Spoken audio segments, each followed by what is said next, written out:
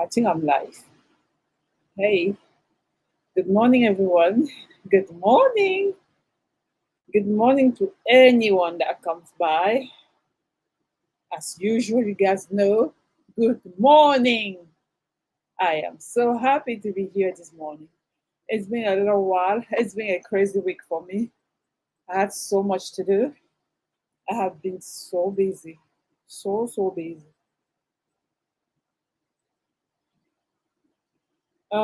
Yeah, I thought it would be a good idea for me to come live today. I don't know if I'm heard because I have my air conditioner running and it's so loud, but it's a little bit hot up here. I'm in the attic.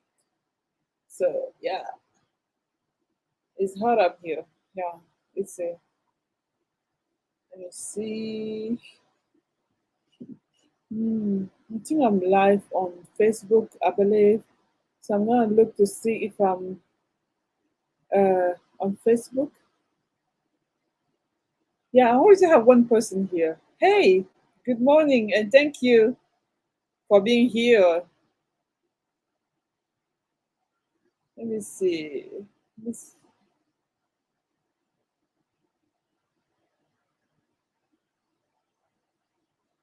uh, the person just left. I say, hey, welcome. And the person just disappeared. Um,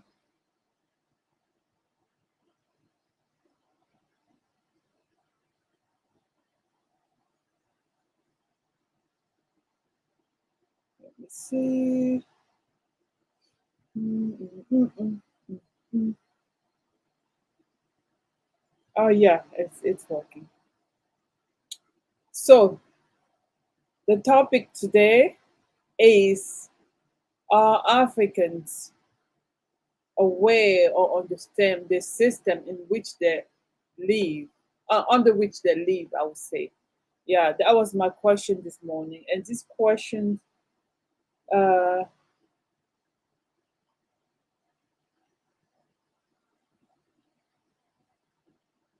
I don't know who. Let me see.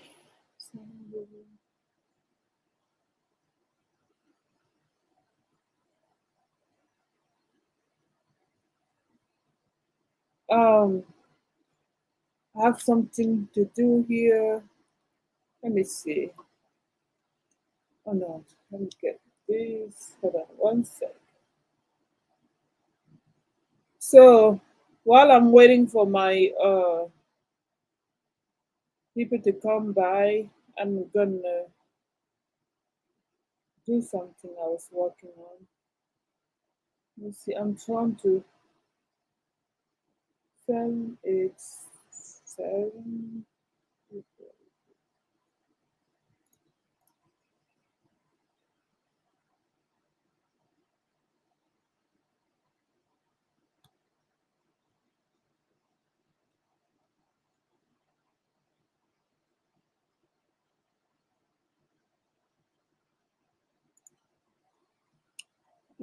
Yeah. So I was wondering, this is something that really I always have in my mind. And the more I learn about our condition, the more I realize that a lot of us don't understand really um, which condition we live under. You know, the system we live under. We live under a system that we don't explain to our children. We don't ourselves even learn about.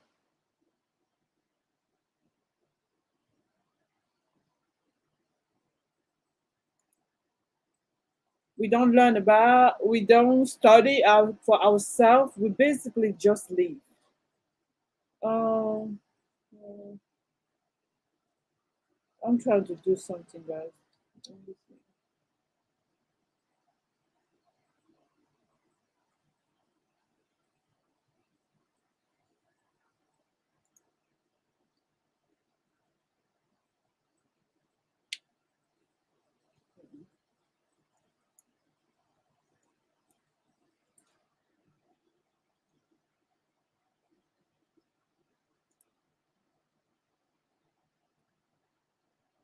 167.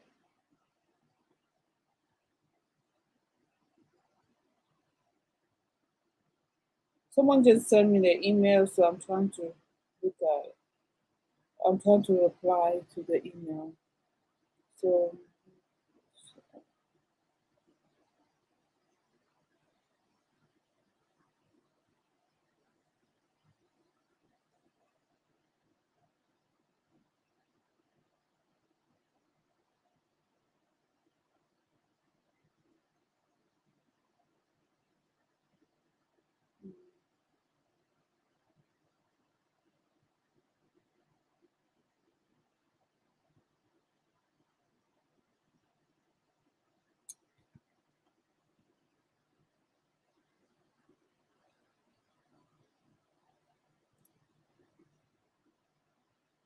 oh,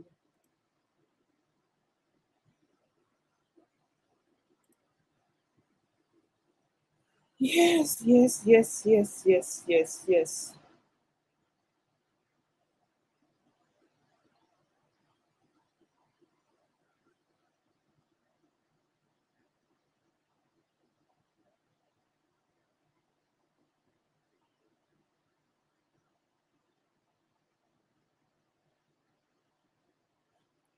Yeah.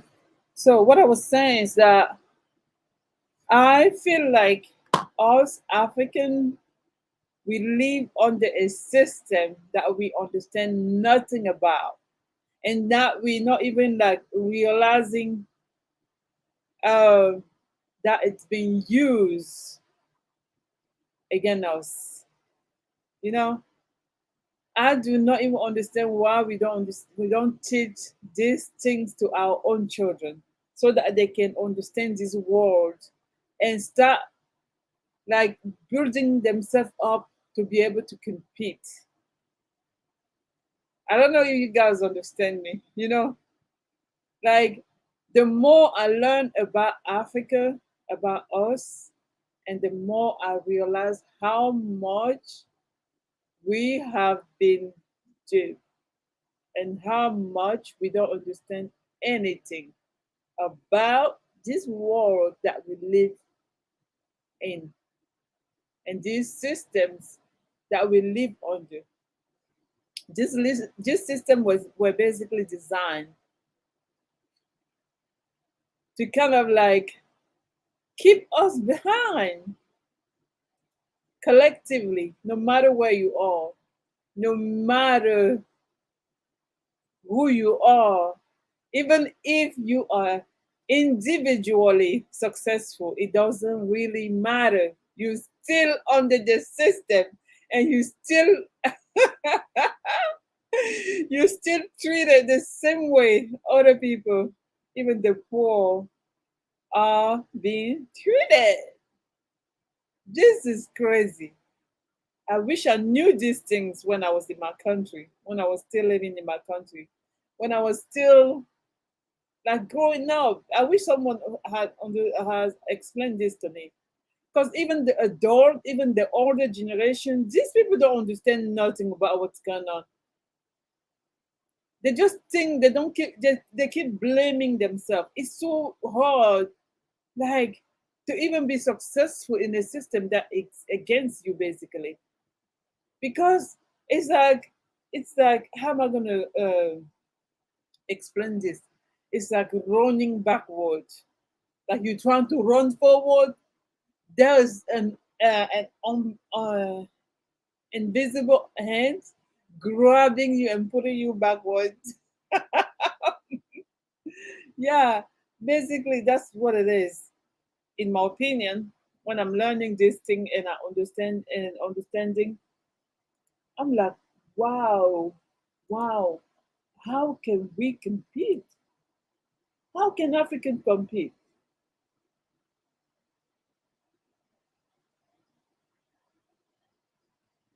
Huh? What can we? How are we gonna compete?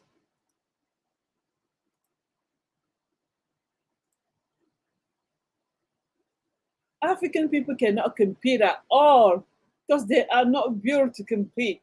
They are not prepared to compete. They're not even ready to compete. There's no way. we can compete. No way. Now that I understand this thing, oh my God, it's so clear. It's crystal clear to me. And I understand the reason why our dear Africa cannot move forward. People that always thinking that, oh, it's the Africans' fault. Well, it's our fault. Yeah, I mean, I'm not saying that we are innocent, we are just victim of the system or whatever. We have a part that we play for people that do not understand. We have a big part that we playing, that we contributing to our own demise. I wish Africans had opened a church in which they teach these notions to our people, because they need it so much.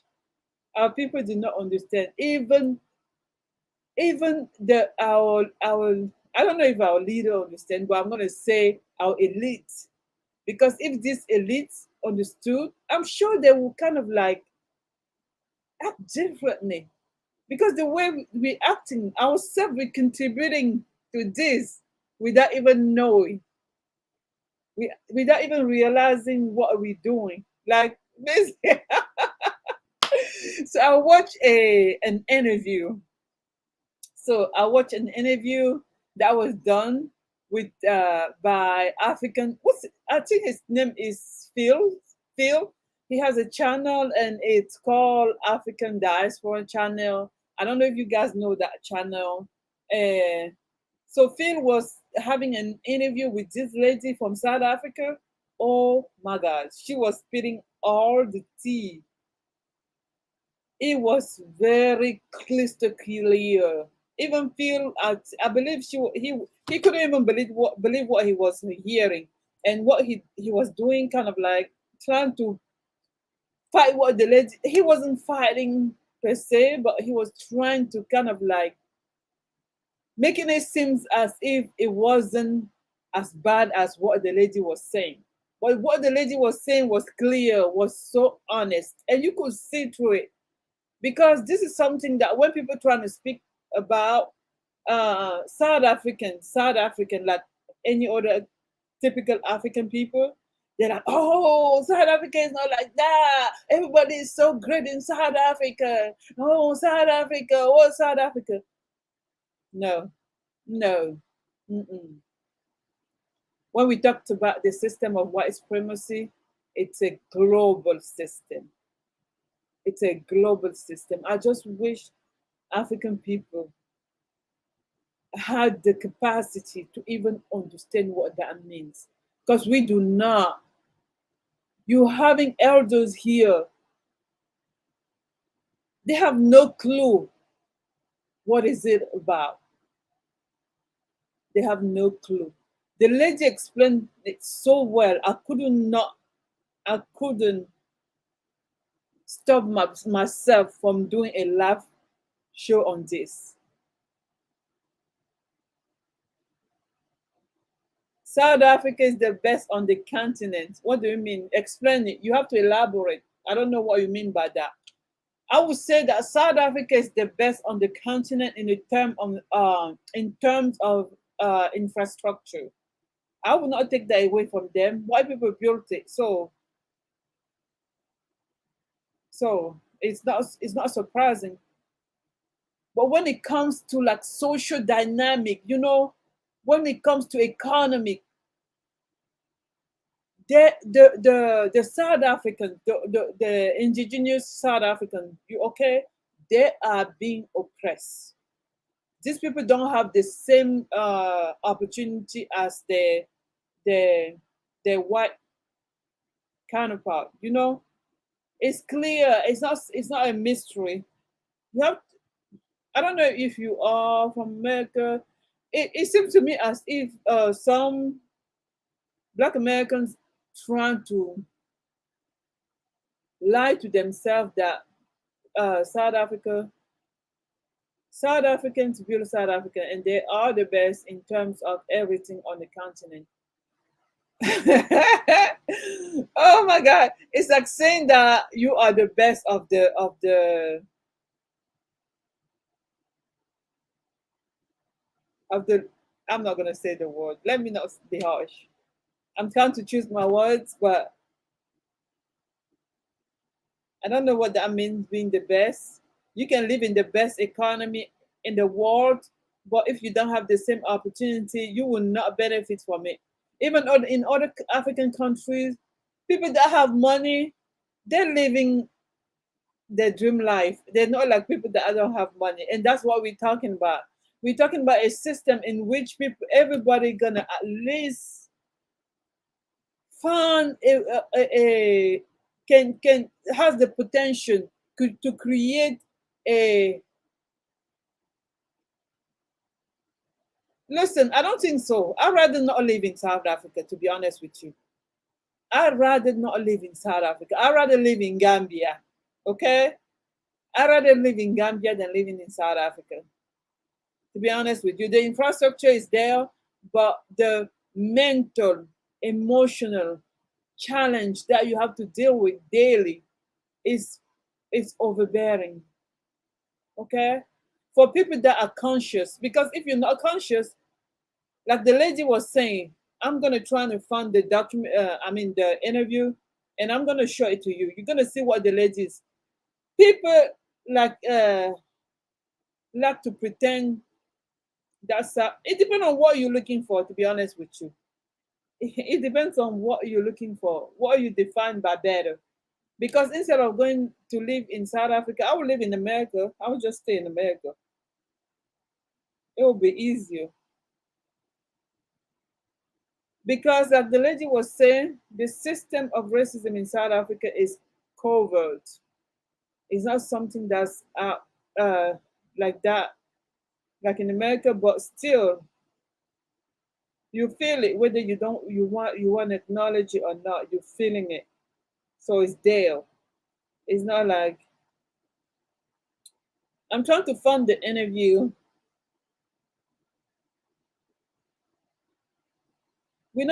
I'm not asking for South Africa to be perfect. I'm just saying the injustice in South Africa is just too much. It's way too much. You cannot live in a land where you guys are oppressed and you the majority of the people there. That's unfair. Like I mean, like I don't know how people even try to defend something like that. If you stand for justice, you have to stand for what's right. You cannot be over here trying to cover up things that are affecting all people's life on a daily basis. I'm gonna try to find the interview. The interview was like 3 months ago. Let me see, African Diaspora News Channel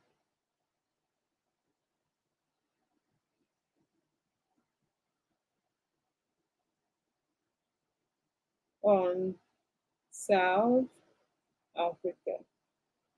I thought I had it here. It's because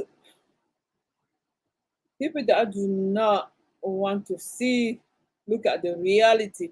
Oh yeah, there we go. Here, Kim Hello. Let me see. I'm gonna share it. And let me see YouTube. So I hope it's okay for me to share it. I'm just sharing it for education purpose. I came across this and I really, really, really appreciate this interview.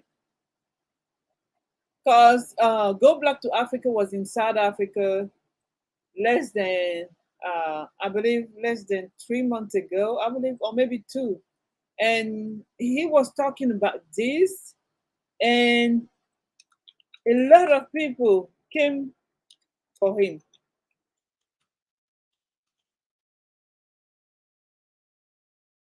Mhm.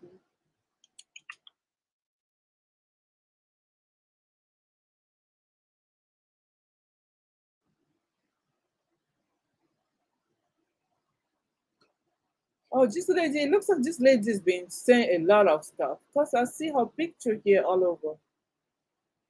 It's so sad that even when someone wanna help, African people, African basically turn against that person because they're so comfortable living under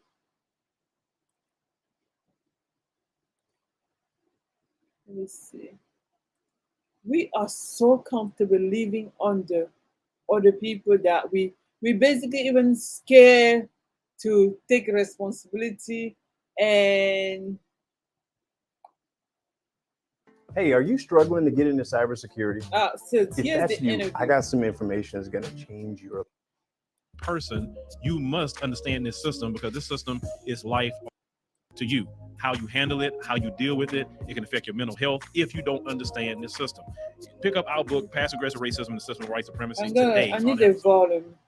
All right, so ladies I and have my gentlemen, air today we conditioner have here. I'm Kim gonna Heller stop that here air as a guest. conditioner Now, so maybe that if you had saw, I had done a report on her, speaking out about some of the things that is wrong, in South Africa. I remember when I told a lot of you that some things kind of saddened me that I heard in South Africa. Some things like saying the term black-owned business, it freaked me out to hear that term. But as people explained to me the history of what happened in 1994, how the economy really switched to black people. Kim was speaking out about a lot of things that go on in South Africa, and she has a book called No White Lies. So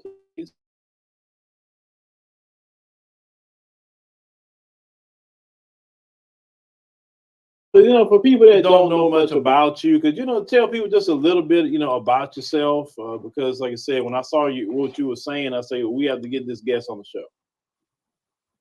Thank you. Well, I'm a writer, I'm an author, and I'm a political analyst in South Africa. And although a lot of the mainstream media in this country don't invite me very often because the views that I speak are not compatible with what I call the master narrative in South Africa, a narrative that despite so-called liberation in this country in 1994 is owned and controlled by white people. But often when I speak, I describe myself as a foreigner, as an unwelcome guest on land that my forefathers stole, because South Africans were never welcomed into South Africa. What we did in 3 centuries ago was to come uninvited into this place and to steal and plunder from Black people. And although we are now in a so-called democratic South Africa, the economic power remains in the hands of whites. And I've done a lot of talks recently about the fact that there's so much, and I'm not sure if you saw it when you were in South Africa yourself, there's so much antagonism between Black South Africans and Black Africans from other parts of the continent.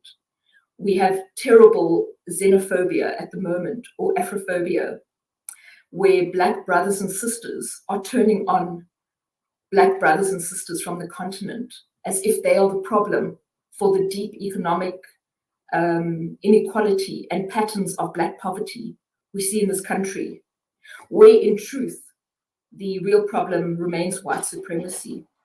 So what I write about in my book, and it's been a very popular read for some, but a very unwelcome read for others, is the fact that although we speak about a Black government and a new Black South Africa, that's not true. What we have is a society caught in the clutch of whiteness. Every single sphere of our country is dominated by whites, including the cultural sphere.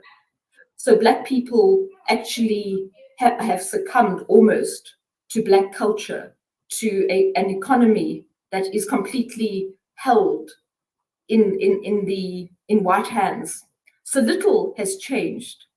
So whilst economic freedom is a flag that we can lift up and celebrate, the dignity of the Black child and the well-being of a Black child in South Africa today remains as if they are second-rate citizens. And white people, and I don't exempt myself from that class, that category of person, we are treated like squires in a land that we stole from Black people.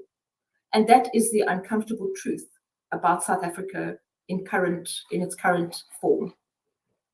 Okay, now I want to definitely go down a few routes. You said that a lot of times you aren't invited on the mainstream media platforms because of your message. What part of your message makes them afraid? Well, I think that we've tried to create the sense that we are a reconciled nation, but I argue that we can't unequal partners can't reconcile, because all 1994 brought the so-called freedom in South Africa is that Black people had to reconcile with their poverty and white people with their privilege. And I speak about the fact that the ANC government, what they've done, and it's such a tragedy, is they've cemented Black poverty in this country and white wealth as if it was a natural phenomenon, rather than a monstrosity of apartheid and white supremacy. And that is tragic, because in years to come, the children of our children are going to believe that the Black man and woman is by nature poor, and that the white wealth that we see in this country is how it should be. And that is a terrible legacy for the ANC. And it hurts me. I'm not speaking from the perspective of not having once had belief in the ANC government. I used to be an avid ANC supporter. But what I've had to reconcile myself with is that the ANC government is more interested in looking after white interests than the Black majority. And what I argue in my book is that reconciliation in 1994 in this country was a white man's medicine that has harmed Black people, that has put Black liberation way out of sight. And you've seen it yourself. Black people are forced to live in the most congested, almost concentration camps of poverty, where white wealth is excessive. There has not been any shift, or very little shift, in the economic landscape in South Africa since 1994. Yeah, that, when I started asking people questions and going to certain businesses, and they told me, well, who actually owns the businesses, but Black people are working there, who's actually owning. Even when I went to Cape Town, and they pointing out to me, oh, well, the people from Qatar is buying this, people from, Britain is buying that, all these different other countries that's coming in buying everything. But I'm like, okay, what about the people here? And they're like, oh no, the people really can't, afford that, because they put in dire straits. So from what I gathered is that in 1994, it's like political power went to, Black folks, but white people kept the economy. Am I accurate saying that? That's exactly correct. And I do remember watching your clip, and I thought actually that is a video that should be circulating a lot in South Africa, because I think you really nailed it, and you spoke to people who confirmed the situation, that that economic liberation has not happened in this country. And I used to think that possibly that was just because the ANC government perhaps was slightly naive or trusting. But what I'm beginning to realize or believe is that the ANC government, it was by design that whiteness continued to rule. It's as if the So I'm gonna pause over here. So by listening to this lady, it really confirms what Go Black to Africa was saying when he was in South Africa. South Africans that always come on Pan-Africanism panel and pretend like South Africa is so much better than other African countries.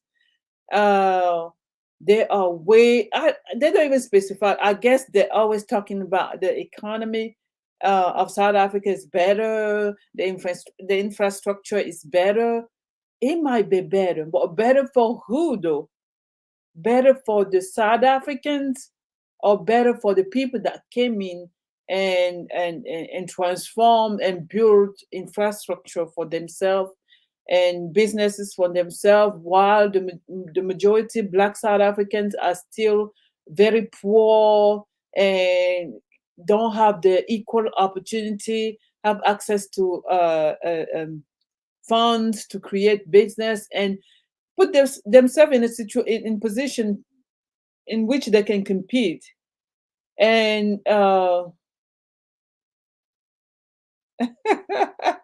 The Rock, what's your issue? I mean, like, I'm trying to understand. I mean, maybe you can come and tell me so this lady is lying? Is that what you're telling me? You keep saying South Africa is better. I'm not comparing. We analyzing South Africa for South African. You know, we just looking at South Africa. I'm not here comparing who is better. We are all in the bucket. We are all in the same boat. Whoever is better is still in the boat. I want to see a country in Africa that is totally out there and where other countries in the world are, so that they can compete. You say South Africa is better as if South Africans people cannot do better than what they're doing now. They're telling you that 8% of the population uh, holds the wealth in South Africa, while 92% depend on the 8%. What kind of better is that? I'm not comparing. I'm not comparing anything. I'm just listening to what this lady is saying, because I always pay attention to what everyone is doing, especially what the work that the repart, especially someone like Go Black to Africa. He's someone that I like to go, that to like to dig deep and go under. He's not someone that just like walking around showing taking a picture of shiny stuff, shiny building. He want to know who owns this, who is behind this, how is it helping the local. Like, he's more interested in the local and the well-being and understanding how this system in Africa works. Agenda of whiteness has continued because the preservation of white economic power at the expense of Black people still exists. So I refer to this country not as a country, but as a colony, because that is what it is. Okay, I'm going to stop right here too. She says she refers to the country not as a country, but a colony. And that's true. And that's and that's also true for every other single African country, guys. We have to admit this. When you admit, you start looking at things for what they are. You stop being delusional. We are still a colony, whether it's South Africa or any other African country. We are still colonies. We are still to get our independence. But how are we going to get independence of the mind? That's the part that's so challenging. Getting independence economically is even easier than getting an independence of the mind when it comes to Africa. You over here keep telling me that South Africa is better. That's not what I'm talking about. Yes, it's better. So what? But it's still not where it has the potential to be. It's still far. And we continuously like brainwashing the people. And like the lady said, the saddest part of it is that in 100 years, the legacy that the South African children who have inherited will be the perception that their ancestors, like they were worthless. Even themselves, they are worthless. They cannot compete. They are dependent people. That's how the children gonna view themselves in years to come. If you guys don't change, if you keep sitting here saying that South Africa is better, I'm not competing with anyone. It's not a competition. It's not a competition at all. The country is still in the worship of whiteness, in the curtsy of whiteness. And even that is correct. Come to my country. You're going to see how much people refer to themselves as white, as European. Like even in family. Like people going to refer to whoever has the good job or the best job, or maybe like has the most degree, or maybe has a nice house as a white person. So when African American come to Africa and we refer to them, we African refer to them as white, and they take offense to it, they just don't understand, when you're successful, when you have been around white people in Africa, they call you white. It's supposed to be a compliment. Okay? It's supposed to be a compliment. So that brainwash that we're talking about is the hardest part of the healing process. You know, that I would maybe tell my aunt, oh, my aunt is our she's our white of the family. That's how we refer to our successful people. That's what it is. And even when you're coming from abroad, when you're coming from America, anyway, from the West, and come home, people, the way people receive you and perceive you, they start referring to you as a white person. You understand? Even ourselves, we are called Muzungu when we go home, and that is an endearment. You know, it's not an offensive word that African Americans take it. It's supposed to be an endearment term to refer to you as a Muzungu, because that means better than us. That's the perception, that's the culture. Better than us. We focus so much on doing like the West than be ourselves and just improve ourselves to be the best we can. And the issue really, and I'm not sure what you saw, because I would love to share more of your experiences, because you were here as a on the ground and you saw much. But what is really the situation is that the boot of white supremacy is really strangling people. And I don't believe that Black people have had a breath of freedom or dignity. And that, you know, it's just tragic. I believe that nothing is going to shift in this country until the mind shifts from a consciousness of reconciliation to one of true Black consciousness, possibly using the doctrine of Steve Biko, who was the greatest leader I think we've had in this country, and looking at like a Malcolm X equivalent in the States. But at the moment, Black people are still, I think, too tolerant of whiteness. They still believe that white people would change. I don't think this lady is saying that Black South Africans should start fighting. That's even that's the thing we've been doing, and it's not working. It's not about fighting white people. I don't believe in like fighting white people or anything like that. I believe in focusing on ourselves, building ourselves, creating. You know, I believe in like acquiring knowledge to be competitive, to be independent. I think the key word is independence. Black people have to be independent. You guys, we have to stop whining over what white people are doing, or what. A lot of white people even want Black people to become independent, but the Black people's mind is what is possessed. They are their own demon, to be honest with you. And people even working so hard to create a narrative in which they believe they're excelling. Individual success is not going to do it at all, because you're still going to be looked at globally in the same way. People want to brag about how they have this, how they have achieved this level of success. It's not going to change anything. Even the white people, some white people are sick and tired of us not being able to become independent and independently functioning people, so that we can even, like, I don't know, join the stage and compete. We are not competitive at all. This lady putting her life on the line to come tell Black people, oh, you guys have to be careful, because if not, this is what's gonna. Everything she's saying is nothing new.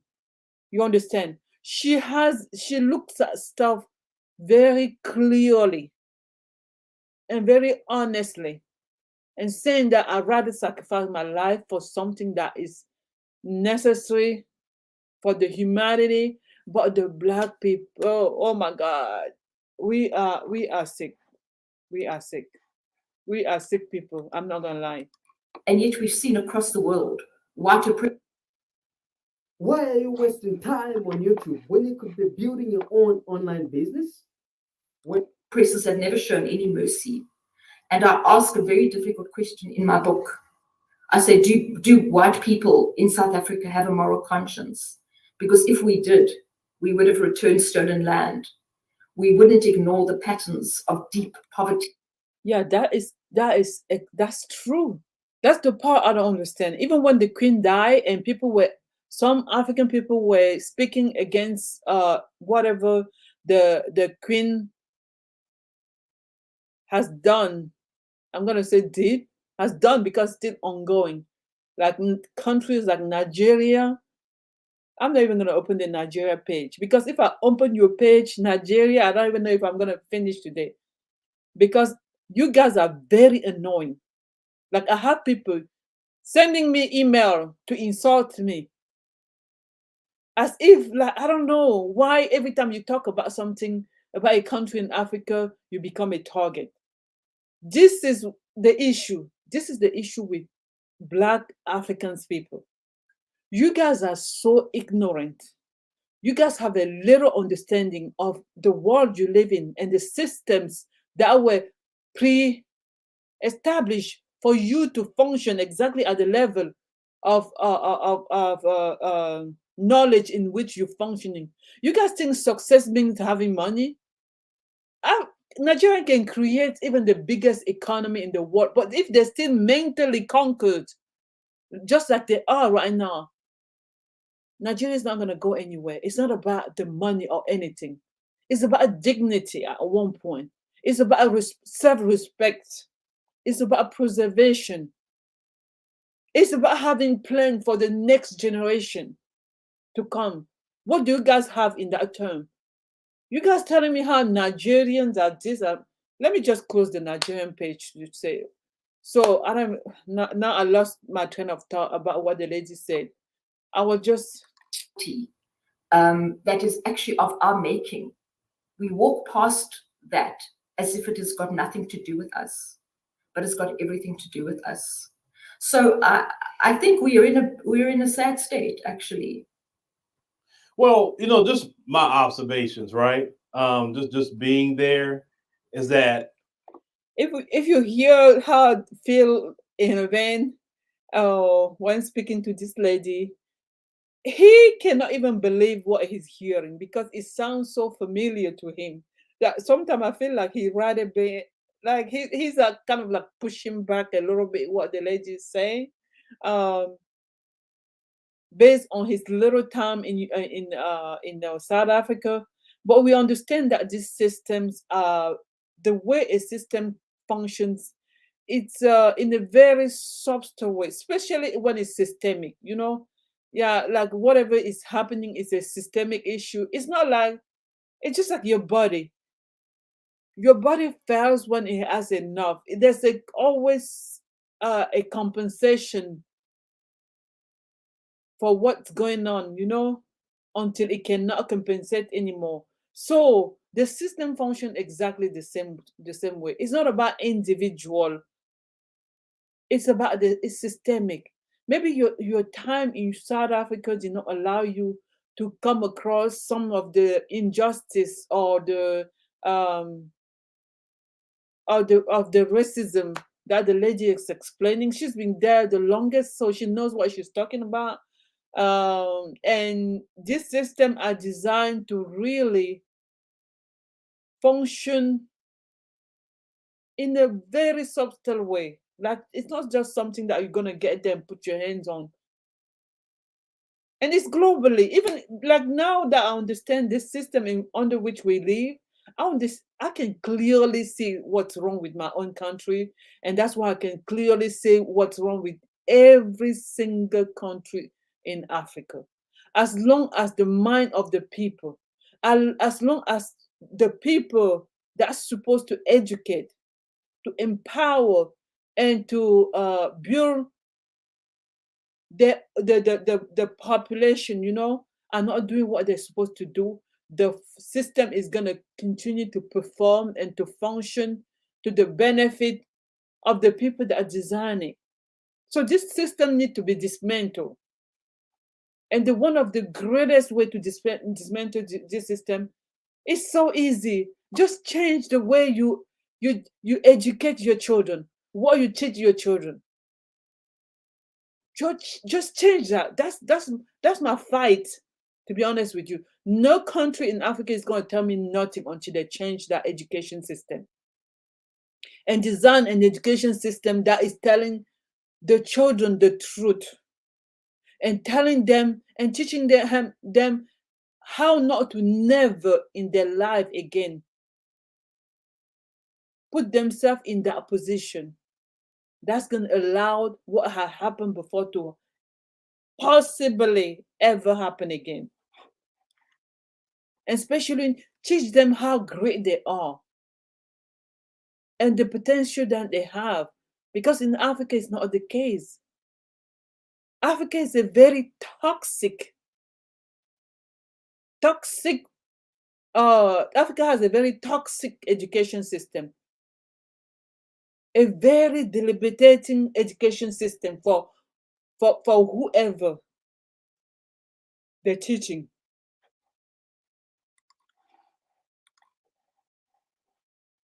So let's continue what this lady is saying. And coming from this Black America, we've always fought racism, white supremacy, even though we are not the majority.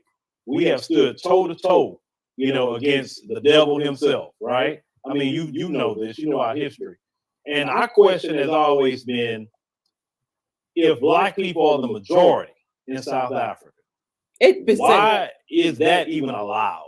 Because how I feel about it, I know if we were the majority, let's say in South Africa, Black Americans, and how we think, that's not about to go down. Because, no, I say, how is it that I'm going to live in poverty and you over there living good? Man, I'm going over there, I'm going to take what you got. Like I made a video the other day talking about what you. But that's the problem, Phil. That's the problem. African people have been hypnotized through the whatever they've been fed with. You understand? Which is that education system I'm talking about. Because you become strong, your environment strengthens you. If you are being taught that you're worthless, you should look down in front of those people, the same people that are oppressing you. I'm telling you, in Africa, an African person will never stand up for his European abusive boss. No, even the law of the country doesn't support that. Even beside outside Africa, I don't know, South Africa is even maybe better in that sense. But when it comes to all the other sub-Saharan white, Black African country, oh, you cannot dare. You cannot dare. You cannot even dream of talking back to a European. No, even the law of the country. Not that is in the text. That's not what I'm saying. I'm not saying that it's written in the text, but it's systemic. You cannot even complain. Nobody's gonna receive your complaint. Nobody's gonna look at it.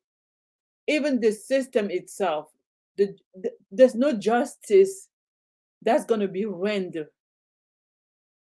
So you grow up already like that, feeling inferior, and the environment around you feeds you that inferiority soup, and you drink it so much that you become obese. So you cannot even dare, and then you pass it down to your children, generation after generation. All these African people that do the big talk, I know them. I know their medication. They cannot dare stand up. They don't know how to stand up for themselves when they're faced with those type of challenges, especially when they're faced with European. They cannot. They become paralyzed. It's mental. It's mental. And even the one that naturally has that fighting drive, it's not being supported. Everybody, no one will support them when they stand up for themselves, and they end up in big trouble, maybe being jailed, their families suffer, stuff like that. So really, there's not an environment that is created to really help the Africans to kind of like build confidence and build have the force to defend themselves, basically. So your typical African person doesn't know how to stand up for nothing. That's why they don't understand why Black Americans stand up for themselves. They will say, "Oh, Black American complain, oh, blah, blah, blah." Because if it's them, no, they will just bow down and just take the crumbs that's gonna be thrown to them, and that's it. That's it. Thinking about attacking other brothers and sisters from the continent, I say y'all need to take that same energy and deal with white supremacy. That's dealing, and then after y'all deal with white supremacy, then y'all can talk about everything else you're talking about. Because I know just from history that white supremacy needs a permanent Black underclass, right? And they're good at divide and conquer. So the same people that you saying, oh, they're going against each other, I guarantee you will always find the white supremacist somewhere behind the scenes saying, you better than him, he's better than you, and then stir the divide and conquer. Do you agree with that? So completely. In fact, I think what you just said is the question and the answer, and could be a debate that is had. It's probably the most important question that could be asked. And the answer is that Black unity in South Africa is not in place. In fact, I think I speak in my book about Black disunity being the teething gel of white supremacy, and it's deliberate. I mean, the fact is, what's fascinating, in our last election, there were 46 political parties, I think, Black political parties, but only 2 parties that represented white interests, and people were celebrating democracy. But when you look at that state, you wonder, why would there be 46 parties to represent Black people? If that could be amalgamated into one formation, that would be power. But the level of disunity which you point to is exactly what is the problem, and it's orchestrated by whiteness. But I also speak in my book and about the power of the mind, and I do say that the most problematic thing in South Africa is not that white people occupy the land or the economic sector or the stock exchange, but that whites occupy the minds of Black people, because whiteness is still held up in this country. Hey, Jem Joel. Hey, how are you? Thank you for joining my life. I really appreciate you guys. Thank you so much. Thank you, thank you, thank you. It really warms my heart that you guys can listen to me. you know? Yeah. So, yes, she's kind of like basically saying what I just said. I mean, it's so clear. I don't know why our people don't understand and admit this. It will be so easy. It's not even about the Black people anymore at all. Like, seriously, just like we already know what's up. We already know with the history. The history is just normally in my mind, right? To be honest with you guys, I always believe that given our history and given what we've been through, we should have been the most successful group in the world because we know what's up. But unfortunately, like the lady said, our mind is still possessed 100%. Because if we use what had happened to us to project or to plan our future, we will be so far ahead. We will be so powerful because we already know our challenges. We already know what's up. Mr. Uganda, what you say? I don't know what that means, but anyway, thank you for being here, British couch sitter. I'm just listening to this lady. I came across this interview. It was done 3 months ago. I never saw it. I watched it and it spoke to my soul. This lady is basically like saying what I see. Like everything she said is exactly what I've been saying, but with a better English, I guess, that you guys can maybe understand than mine. But it's not even about the English, it's about the message. Even with my not so good English or perfect English, you guys still manage to understand most of what I'm trying to say. You know? Perhaps not by the younger generation, and that's where there's some hope, but by most of the people as the state to be. So what we have with many Black people in this country still is that they aspire to be white. And that's a big thing to say, and I may be criticized for that. But that white affirmation is more important than Black consciousness. So to be accepted by a white person still has more equity than to be part of the Black community. And I'm making a sweeping generalization, but that is true in my view. And until that is shifted, it's a consciousness. We are living with a warped consciousness in this country where white people have shown no remorse. So they're stuck in this I am a superior being mentality. But the tragedy is that a lot of Black people still believe that white people are superior. Yep. I agree 100%. 100%. She's from South Africa, Mr. Uganda. So you remember how every time we talk about South Africa, our South African people always become very defensive and always, to me, in my opinion, very delusional, like many other African people. They always think they're better than other African country, which in certain way they are, but not when it comes to the mind. Even with the mind, that a lot of them kind of like they have some fighters over there, you know, like some civil rights fighters, which we don't even have in the other African countries. We have accepted, we have bowed down to the West. We have been like, yeah, we're gonna be the most obedient. We're gonna be the best student. At least in South Africa, there are some people that fight. You know, there's some people that fight, but the majority is still like in that same place where a lot of Black people are. It's not only in Africa; it's all around the world, because we have the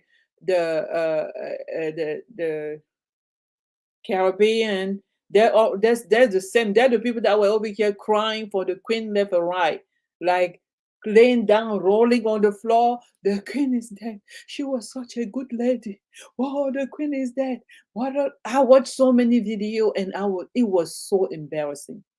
No conscious of, no self-awareness, no consciousness, no sense of dignity. When I saw those women from the island, like crying for the Queen, I was like, do these people like really? But at the same time, like I always say, I will say everything I say, but I will come back to say that the way these people behave is not really their fault. Because if you haven't been educated properly, if you haven't been taught properly, how are you supposed to know? So those behavior, those are the reflection of the environment they live in, of what their own people have done to them. Because that's how reality. Those ladies that was crying with their children, I mean, like ladies that are older than me, they were crying like for the Queen. She was such a nice lady, and they were even in England crying. They have no idea what the history of the Queen and the people are. I mean, is. Yeah, what the history is. I don't think they would be doing all that if they were aware of how much people they have lost, how many people, I mean to say, they have lost through the queen's you know, when she was going around and conquer everybody. But anyway, like I say, the biggest illness we have is the mind. I sincerely believe, I'm going to tell you guys this, that even if, like in other African countries, if the European were to come say, okay, I'm taking my company away, I'm leaving your oil alone, I'm leaving your bauxite alone, I'm leaving your diamond alone, I'm leaving your cobalt alone, I'm leaving everything that we're getting from Africa. I'm going to leave Africa alone. Oh my God, that would be the worst thing for now, giving the type of people that we have, the type of African that we are right now. That would be that would be catastrophic for Africa. That's why some people understand that we enable ourselves to kind of like rule ourselves and run our businesses, our countries. I mean to say, we're unable to run our countries ourselves. We're unable to do anything else because our mind is not on us. Our mind, we don't have a mind that want to build anything. We don't have the mind that want to sacrifice. African people would not sacrifice for anything because to build, you have to sacrifice a lot. You have to be able to go through challenges and still continue your continue building. But I know how African people are.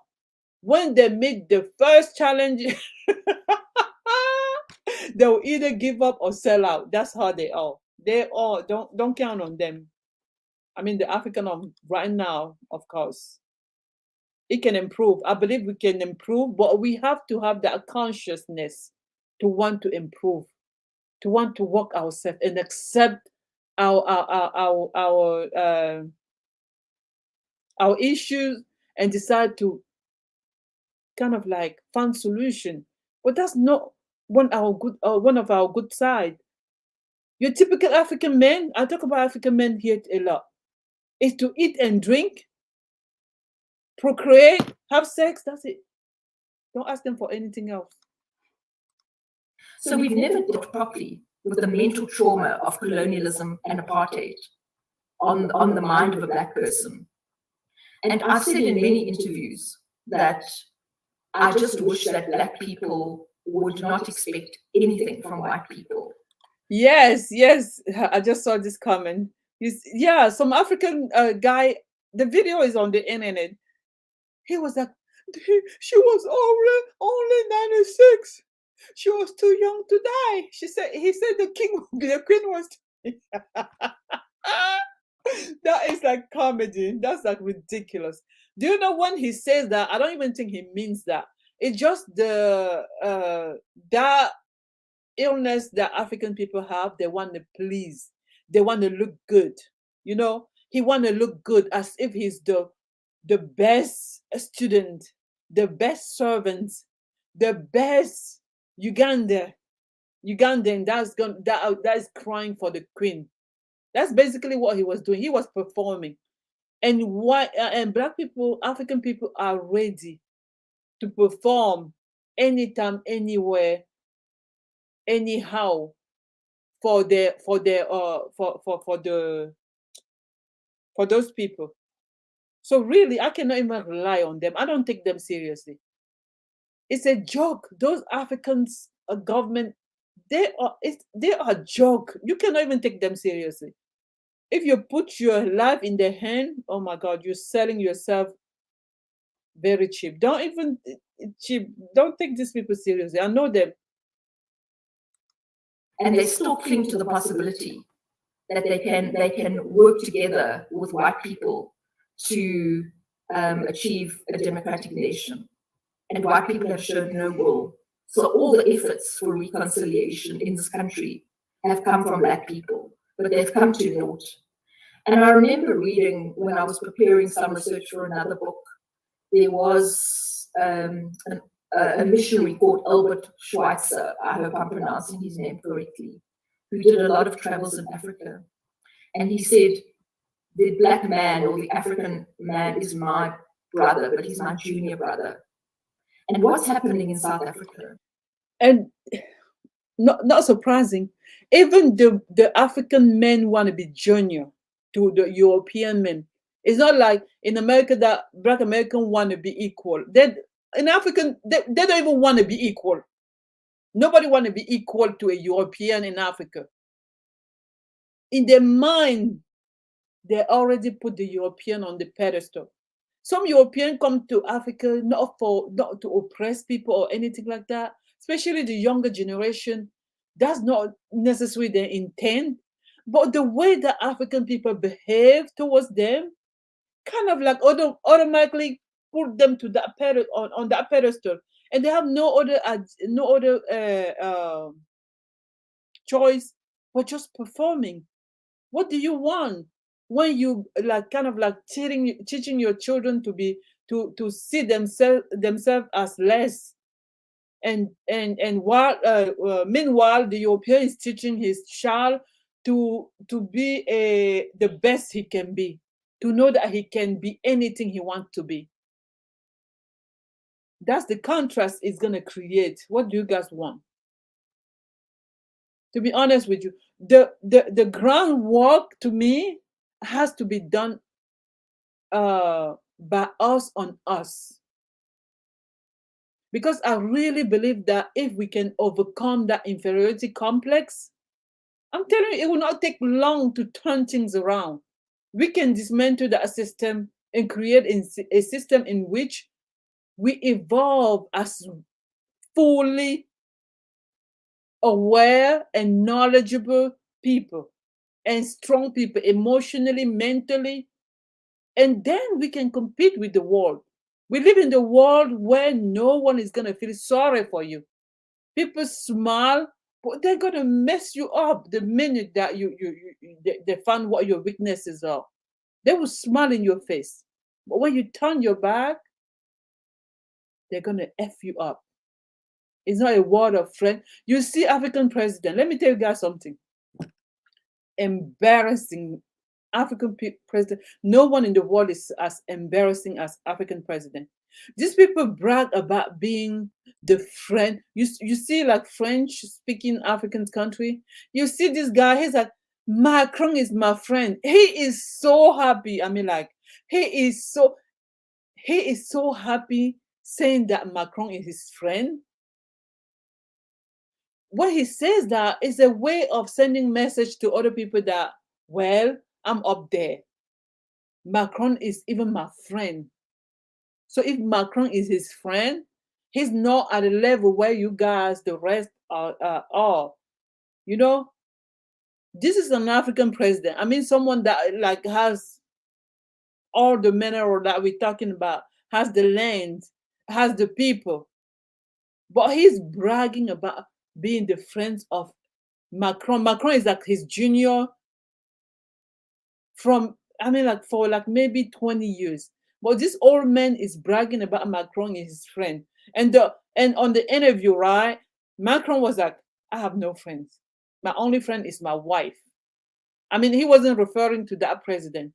I'm just saying that, see how in Macron's mind, he's doing business. When he's like meeting with this African president, it's all business, right? You have to be, I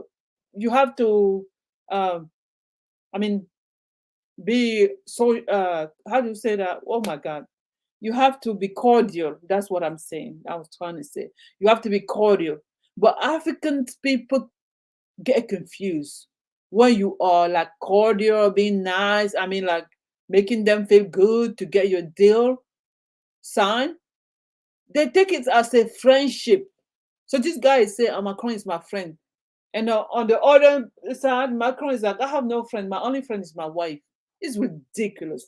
And people like that are our leaders. They're into emotion. Everything with them has to be emotional. And that's what they teach their own people. It's all about emotion. So if Macron is your friend, yeah, you're letting your friend have this deal, even though it's not benefiting your country because it's your friend. That's how they think, and that's what they've been doing for years. Is that Black people are acting as if they are junior partners in the relationship. They are accommodating themselves in white businesses, in media slots. They may be the faces, but they don't have the power. And until Black people realize that they need to transform rather than find accommodation in a white system, nothing's going to change. Bingo. Yep. Well, let me respond to a lot of that, because you said a mouthful. My experience of going to South Africa, of course, I speak more so to younger people. So the younger people kind of feel how I feel about some things. It's like, listen, we need to, get in a position. We don't need to have, white folks running everything, and so that's kind of like what I was getting from people, maybe a certain generation, because even in America, we have a certain generation that we complain about, like the older generation that's kind of fine with go along and get along with definitely the white liberal here in America. They are more so on just, well, let's pray about it. So one thing I can understand, the Black world got the same problem. That's the worst part. This is the worst part. Let's pray about it. Oh my God. Ah.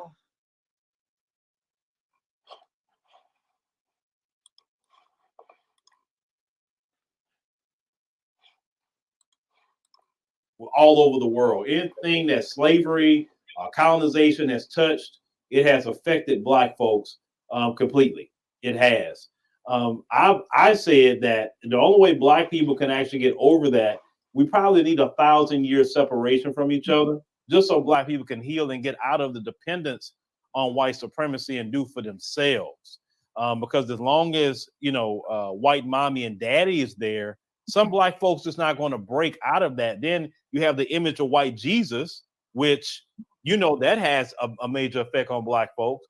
And if you look at all the Black people that's been really revolutionary for the most part, or even the ones in South Africa that I've seen, they're not toting around white Jesus, are they? I think what you're saying is so important, and I'm smiling because actually it just feels like we've had so many conversations about this. And I do hope that when you are here next, you do come and spend some time with me, and we can explore these conversations further. But what you're saying is so correct, and it's actually almost. I do believe that there's a lot of hope in the younger generation, but I think there needs to be a sense. Steve Biko, who's I'm not sure how in the States, if you're so familiar with his work, but he was a Black consciousness leader who was assassinated, as many leaders were in this country when their doctrine threatened white interests. And he said, Black man, you are on your own. And that's exactly correct. And until that is understood, nothing is going to shift. And the younger generation is less tolerant. I had the great privilege and learnings to be part of the economic freedom fighters movement in South Africa. It's the third biggest political party, and it's run by Julius Malema, who left the ANC and started a formation that's doing very well. And it's a party that's very... So she's talking about Julius Malema. So, but a lot of people are against this man. Especially, I think it was Jody Gold. He was against him. That's the issue. A lot of Black people are so comfortable accommodating, like they basically don't even want to depend on their own self, because they don't want to spend themselves. They don't want to work, basically. I don't know if it's laziness or just like ignorance, or just that we paralyzed mentally when it comes. We scared, like we don't really want to depend on ourselves. We do not. I sincerely believe that.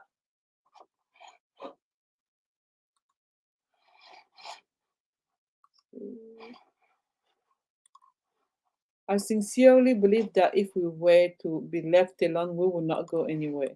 Very resonant amongst young people, and they're taking up the causes of young Black people in this country. And I think there is some hope in formations like that, and the Black Land, Black First movement. But it's so impossible to almost assert blackness in this country.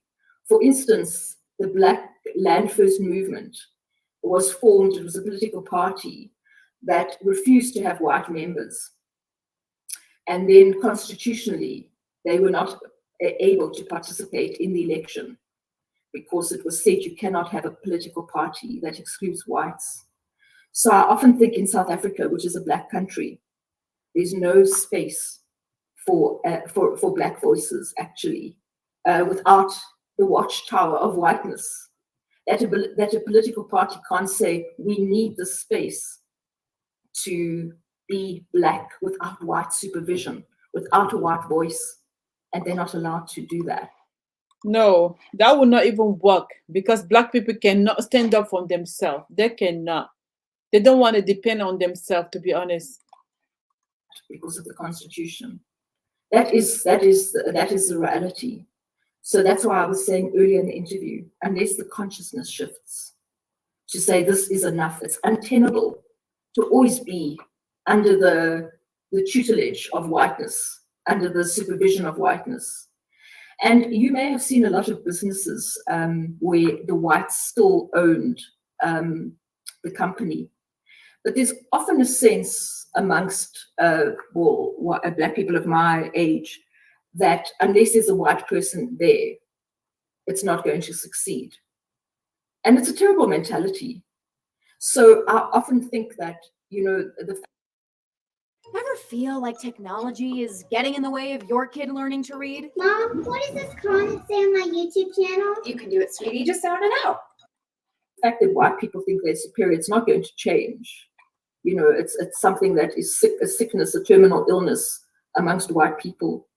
But when I see some black people actually agreeing with that doctrine, that actually maybe white people are superior, it's shocking. And I think that does exist.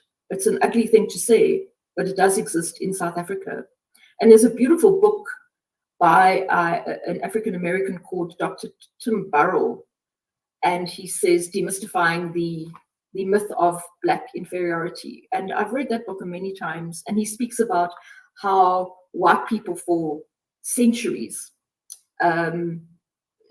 were actually mastered the art of white supremacy. It was they did it so well. But what's happening now in America and beyond is that they've taken that baton and given it to black people. And black people have actually carried on the race and literally finished off the race on behalf of whiteness.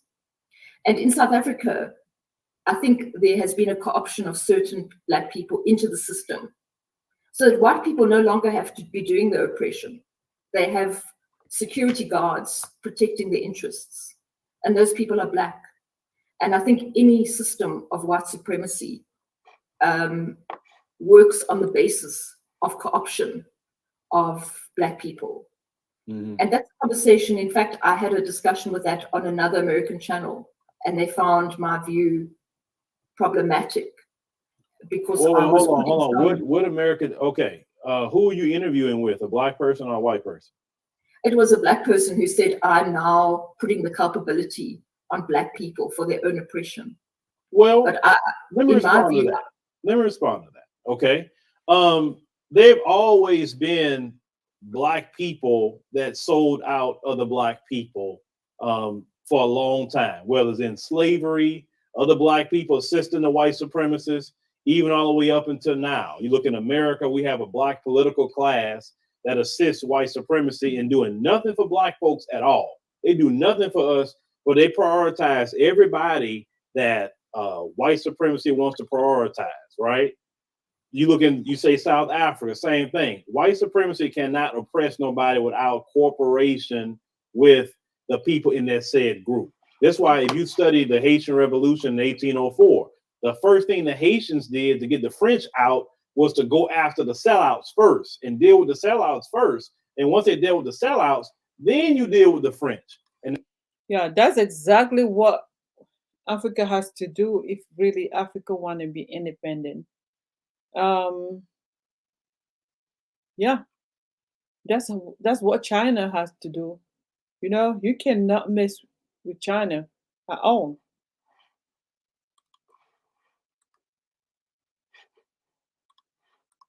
And that's what Black folks, have to do globally. Because the problem what you're discussing is a global problem with Black folks. Any place the racism, white supremacy touch, it has oppressed and definitely messed up the minds of Black folk, right? Because you're right, it is more mental than anything because you're 90% of the population and you letting what? What's the white population? What, 9, 10%?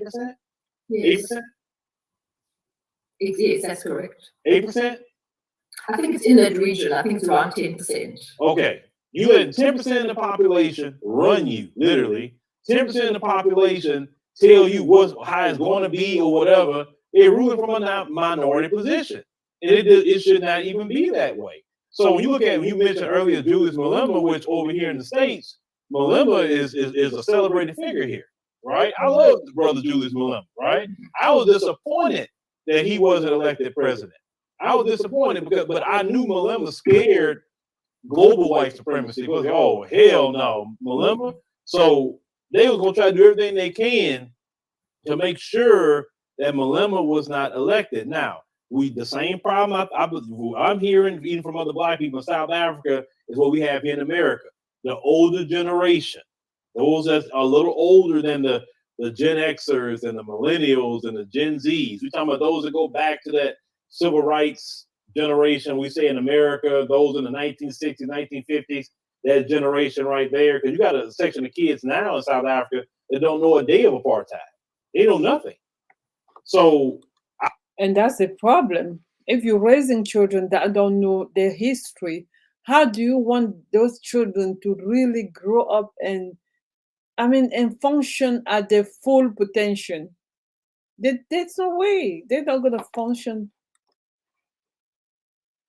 They're always gonna be subservient to other people. Is it difficult to understand, or is it only me, or am I just like, sometimes I wonder, like sometimes I really wonder if we understand. Like, I don't believe what Black people even care to understand. Even our elite don't care to understand these things, because it's so vital to a building of a nation. We cannot build a nation. I think those kids is the one that y'all need to invest in and move it on, right? But let me ask you a question. Your ancestors, or the majority of white ancestors, come from the Netherlands, correct? In my particular case. Your ancestors come from the Netherlands? Not in my case, but I think most white current South Africans have their roots in the Netherlands. I think that would be the main gene pool. Yes, correct. Okay. So the question I have is, because you recently, there was a story about that particular pastor that was trying to do a terrorist attack against Black people. You remember that story? Yes. The white pastor. Okay. So yes. I said in the comment section, I said a while back that if you don't like Black people, okay, why can't you return back to your homeland in the Netherlands? And I said that even years ago, and I had got a long email from a woman from the Netherlands explaining to me how they don't want the white people in South Africa to come back. So the question I have is, why is that? Well, I can't really speak on behalf of that individual, but actually, what's quite interesting is that when Jan van Riebeeck arrived here in 1652, okay, with his Dutch party, it was part of a conquering of the seas and trade routes. A lot of the people that came here in the first place, white people, were not upper class, educated people. In some cases, they were criminals. In some places, they were people that could not get jobs in that country. And the irony is that those people then became landowners, very wealthy and supported by the state. And still today, the privilege of those days is reflective in the social economic patterns that we see in South Africa. So they were almost the dregs of society. They weren't the cream of society. Of course, but when they came to South Africa, they transformed South Africa to their own benefit. They know how to take. I mean, I would say how to conquer and take opportunity. But we, on the other hand, we just live. We just like happy to exist. Like we cannot even I'm not gonna say defend ourselves. I mean, we cannot even see what opportunity we have to even trying to conquer and create for our own self. It baffles me when African people come and fight with me. Like people sending me emails, like I'm like, what are you like? Basically, I'm not over here to take the European side or anything like that. I mean, I'm not going against Africans. I'm just calling them out. Like we have to do better. You're not gonna always sit around and wait for someone that is like doing you wrong to kind of like have a change of consciousness and and decide out of the blue to become to like good and look out for your interests. No, it doesn't work like that. The world doesn't work like that. There's a system that was designed to function exactly the way it's functioning and benefiting the people that designed the system. So if you're not happy with the system, you have to do something about it. You have to do something about it. You cannot sit around and complain about these people that build their system to their convenience and expect them to just kind of like feel sorry for you and change things around. That can be a fight, but that's not a fight that you're going to win. So which one should we pursue? It will be easy for us to transform ourselves so that we can find ways to fight that system. So that perhaps in answer to that question, that's what I can offer. Okay, so basically, it's kind of like the situation with America, like the worst of the British Crown came over here to America. That's basically the same story. Actually, in objective, factual, historical terms, that is the case of whites coming to South Africa. So, and also perhaps people in the Netherlands and in that part of Europe, I don't think they would tolerate the levels of blatant racism that the average white person in South Africa still exhibits. Yeah, because I've even when I was there, I had a guy that was a driver explain to me what how Nelson Mandela, how basically he was waging guerrilla warfare on the white supremacists at that time period. And I was like interested. I was like, man, there's still some good stories. They talk about how Nelson Mandela was. Not the guy you saw in '94. I'm talking about Nelson Mandela was, he was the man. But he ended up saying that, oh well, the country was a lot better during apartheid. And I looked at the guy and I'm like, it wasn't good for black folk. What you mean it was good for it was better when they ran it? I mean, when black people was like oppressed? So that's what the question I have. If you feel like the country was better during apartheid, why can't you leave? Why won't they leave? Well, there's a dialogue, and I think it's being spread by the very white political parties and white interests. The notion of the country being better under apartheid. As much as we are critical of the government now, it can never be the case, because in apartheid, a black man couldn't even walk in certain areas. A black woman was just subject to the worst possible abuse. There was no dignity. They were called boys and girls. At least theoretically, that's not happening. So there has been a restoration of some dignity and some rights. But I think the point is that Black people haven't asserted their rights fully. They're still acting as junior partners.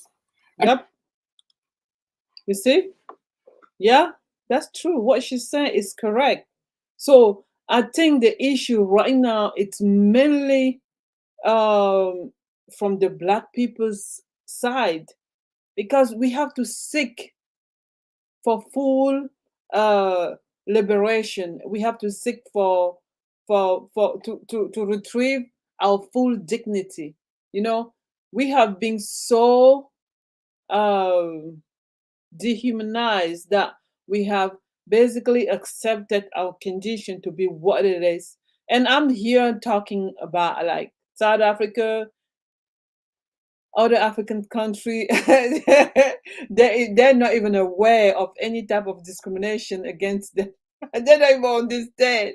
These people believe that they are exactly inferior and they have to depend on the West. That's how God designed the world, and that the Black person is inherently inferior to the white person, and they cannot even dare compete. They cannot even dare think about like being equal. They're even uncomfortable when you talk about equality. They're not seeking equality. They're just seeking for maybe the white people creating an environment in which they have more opportunity. That's it. They're not thinking about like being up there with them and creating. And like I said before, that's exactly the reason why even the Africans that come to America don't align themselves with African American when African Americans are fighting, because they're like, why are you fighting? You complain too much. Why are you fighting? Are you not happy to exist in this country that's been created and in which it's so good to live, and there are jobs? You can just do your job and just live and survive.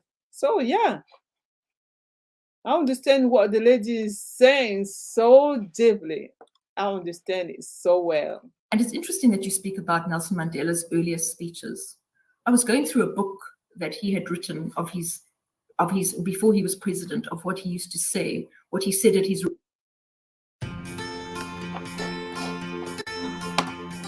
I'm Kayla Campbell. I'm a realtor here with Illustrated Property. Rivernia trial. And he was extremely Black consciousness. And I think he and other leaders became diluted as they realized that the forces of power in this country were leaning towards whiteness, white power. And perhaps there was some kind of compromise that was far too much. Perhaps it's deliberate, as I was saying. But certainly things are better today. But it doesn't take away from the fact that the Black person is still, in my view, a second-rate citizen in this country who doesn't get equal access to justice, to cultural expression. I mean, as a white person, I was saying when I was invited to a university to do a lecture, there were about 200 people, and I think there must have been a sprinkling of white people in the audience, mostly Black people, mostly scholars and academics.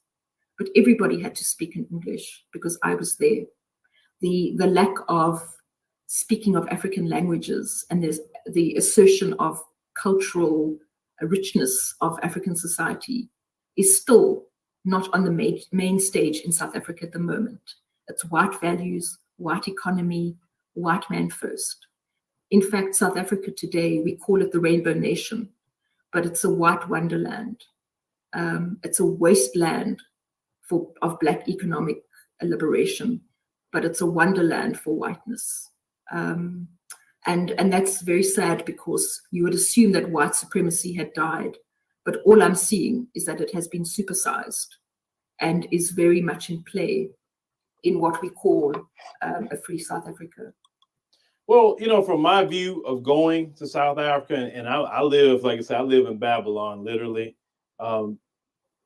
South Africa is nothing like America. I have to say that up front, just honestly. I didn't feel threatened like I do in America. Mm-hmm. Everything isn't so, you know, you have so many groups against you in America as a Black person. I mean, you constantly literally at war, right? At least in South Africa, you got, you know, dealing with basically one system to the point. and they do have, the numbers. And I've seen a lot of opportunity in South Africa just as a Black American.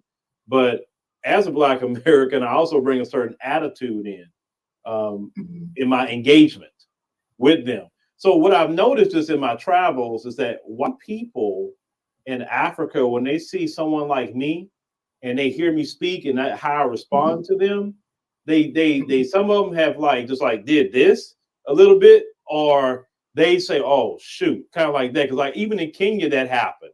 I was in Kenya and I went to Kibera, and they were pissing me off because I saw two white females walking around with a Black dude, which he pissed me off too, taking pictures of the people, this poverty porn stuff they like to do.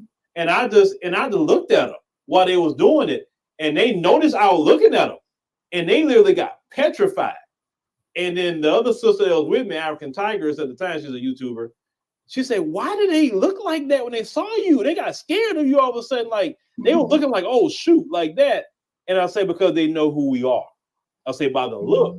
So all right, so that is an example of what I'm talking about.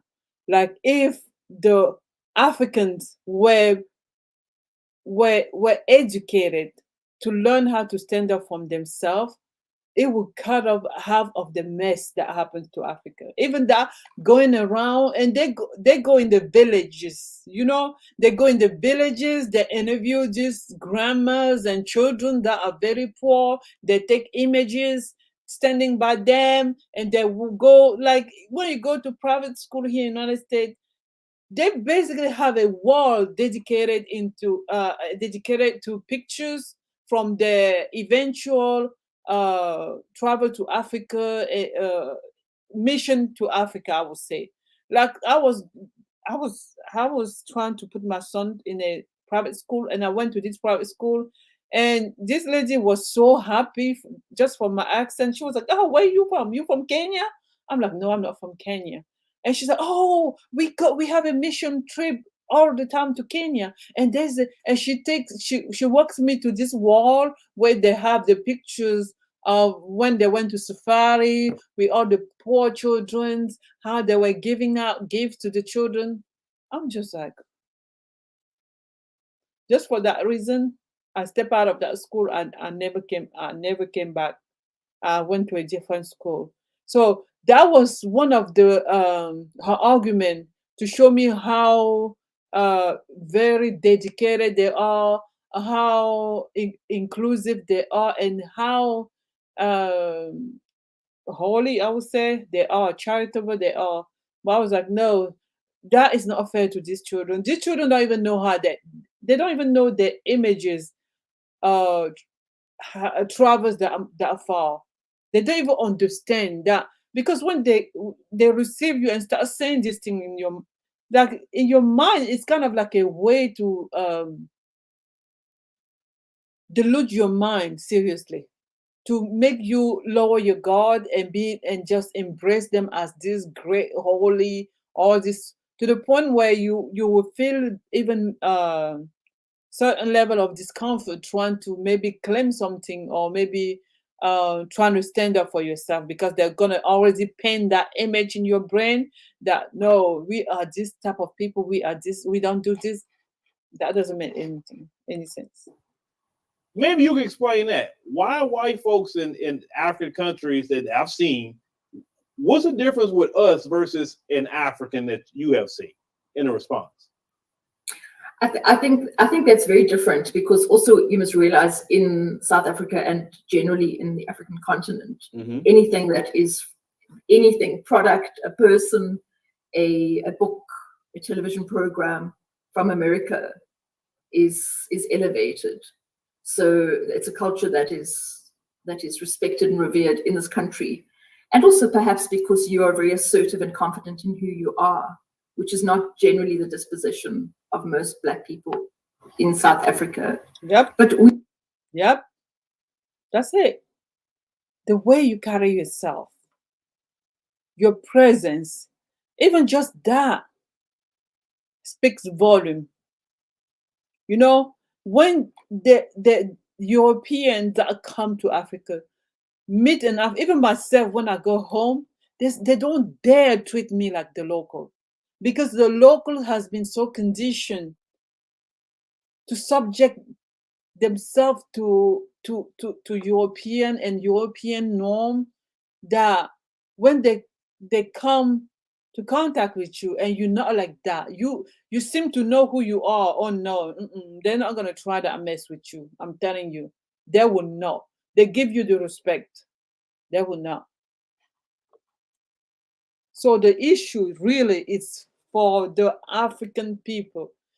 We really need to sign a petition for Africa to really start treating their own people right, because no one is stopping Africa from cheating, from empowering their people to stand up and see themselves as equal to anyone else. You know, because what is that nonsense that, like, really we've been going through? Like, seriously, Nigerian people, you Nigerian who say that you're so smart, why is it that you guys, your people, your population, why don't you empower Nigerians in Nigeria, so that when we see a Nigerian person anywhere in the world, you know this is a proud, level-headed person. Why? You go to Nigeria, you see these Nollywood actors and actresses, how they elevate the European. Now, to play a protagonist role in a movie, they have to they are really casting all these European to be protagonists in their movie. And that's a selling point to them, because they understand that their culture is a culture of European worship.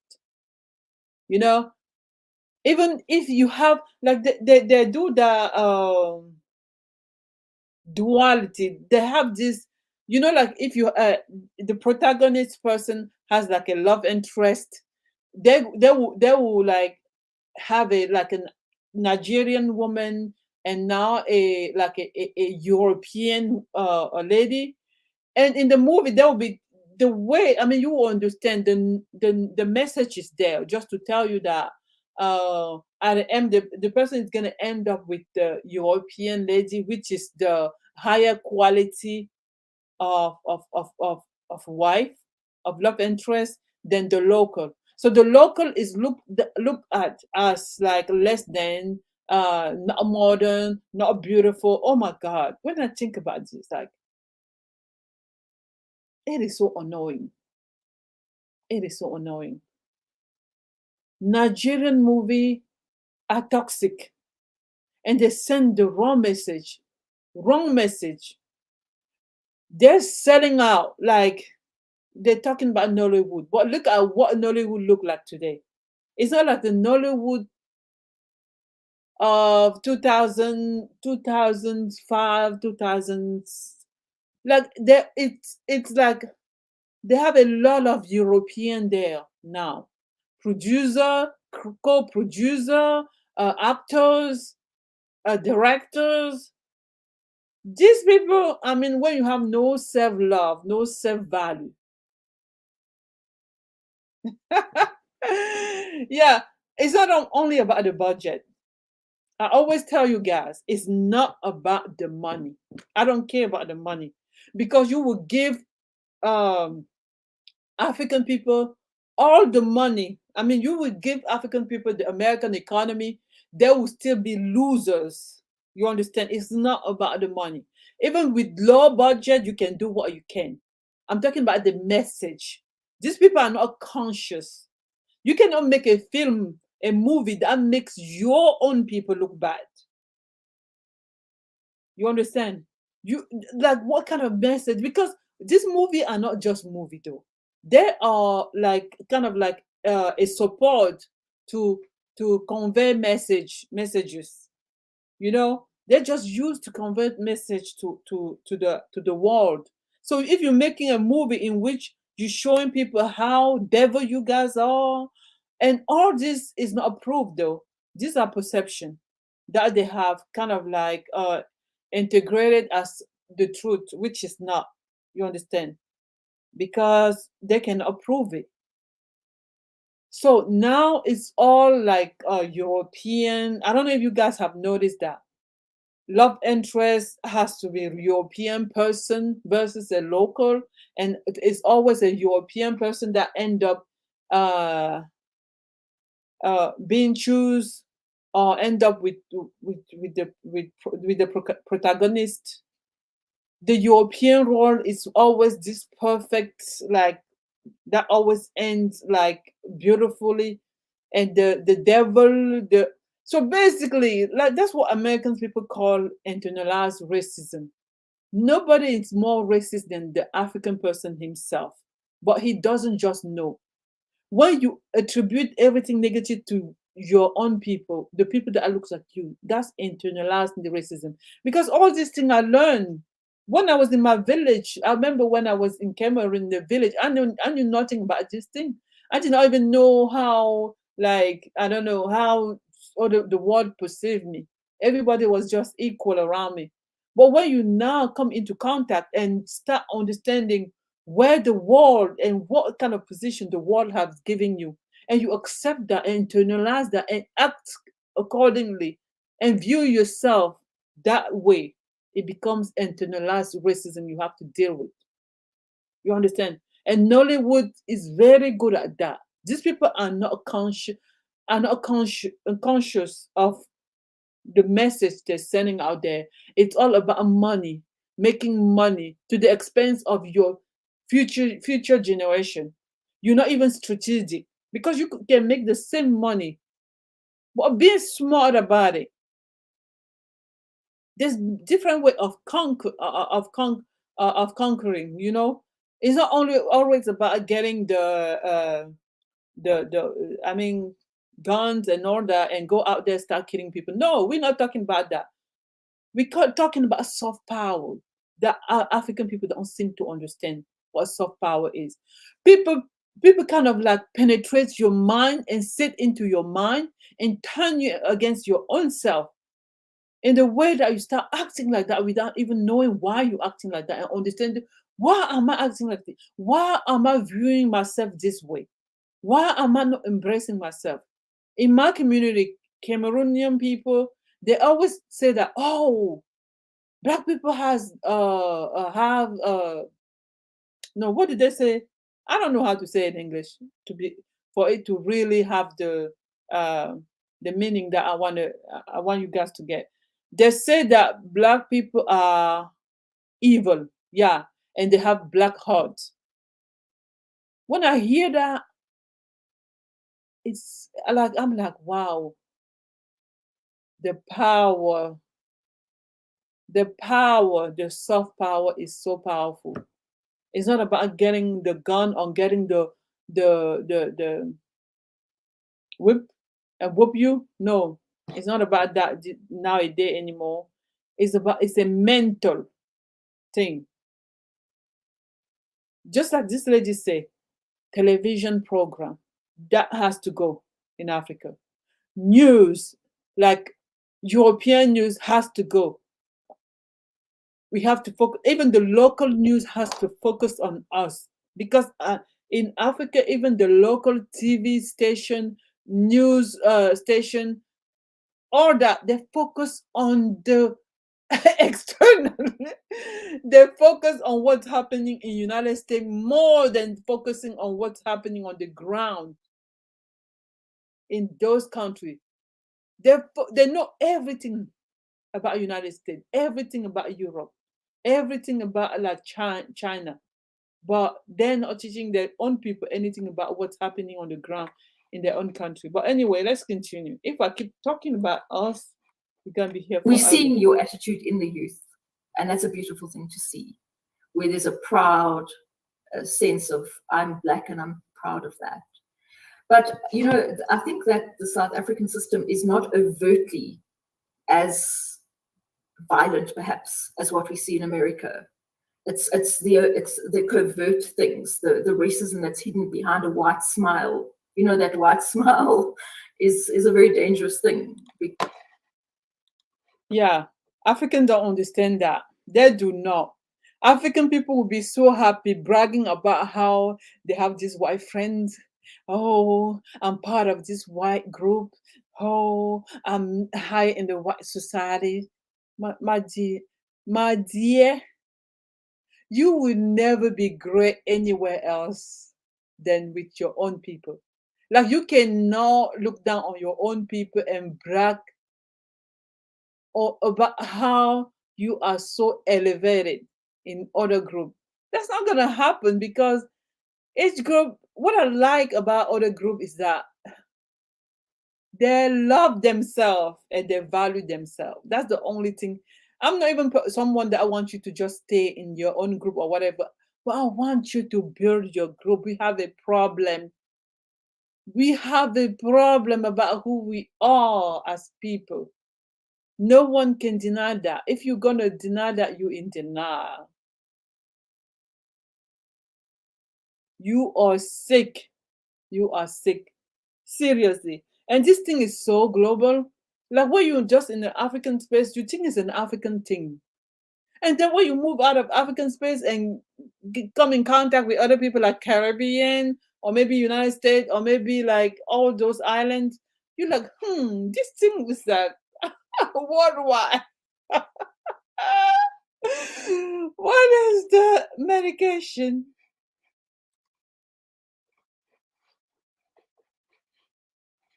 I'm never gonna Of end this. course, I have to get out white of people here. tend to act friendly in South Africa, but yet they hold on to all the power, and it's in that there's violence.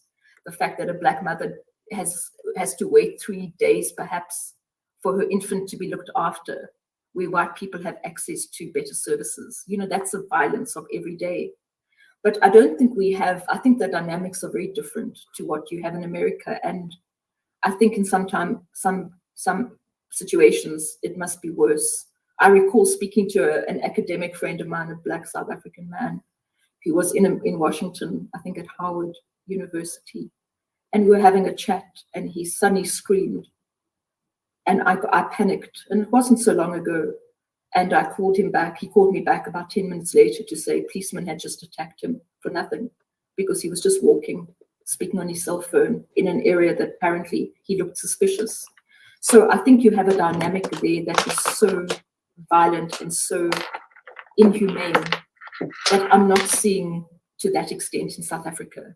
But what we have in South Africa is the whole system, rather than expression. The system is fundamentally racist, so that it works against the black person 24 hours a day. But we don't perhaps have your overt level of. So when this lady is saying this thing, other Africans, I mean like black African people are denying it. South African people are denying it. That still shows you how sick we are as people. These people rather denying it than acknowledging it because they think it makes them look bad. Just like other African country in which when you call out certain misbehavior, they come and tell you that, oh, why you're not talking about your country or whatever, like as if it's like changing anything. Until we try to face what our problem, we're not gonna go anywhere. This lady doesn't have to say all this, to be honest with you. She's giving her life basically to talk about this injustice. And black people rather live under the injustice than facing it and deal with it. Of attack. And I do, we do see the terrible things that are going on in America, and it's really shocking. Well, coming from this system, and yes, I've talked to the people, and basically everything you're saying is kind of what I heard while I was there. But coming from this system, like say how violent it is, how you've seen the videos, George Floyd, many others, right? What just in my opinion, and maybe a lot of Black Americans' opinion, some of the issues that you're talking about was happening with Black folks in South Africa, we view it as light work.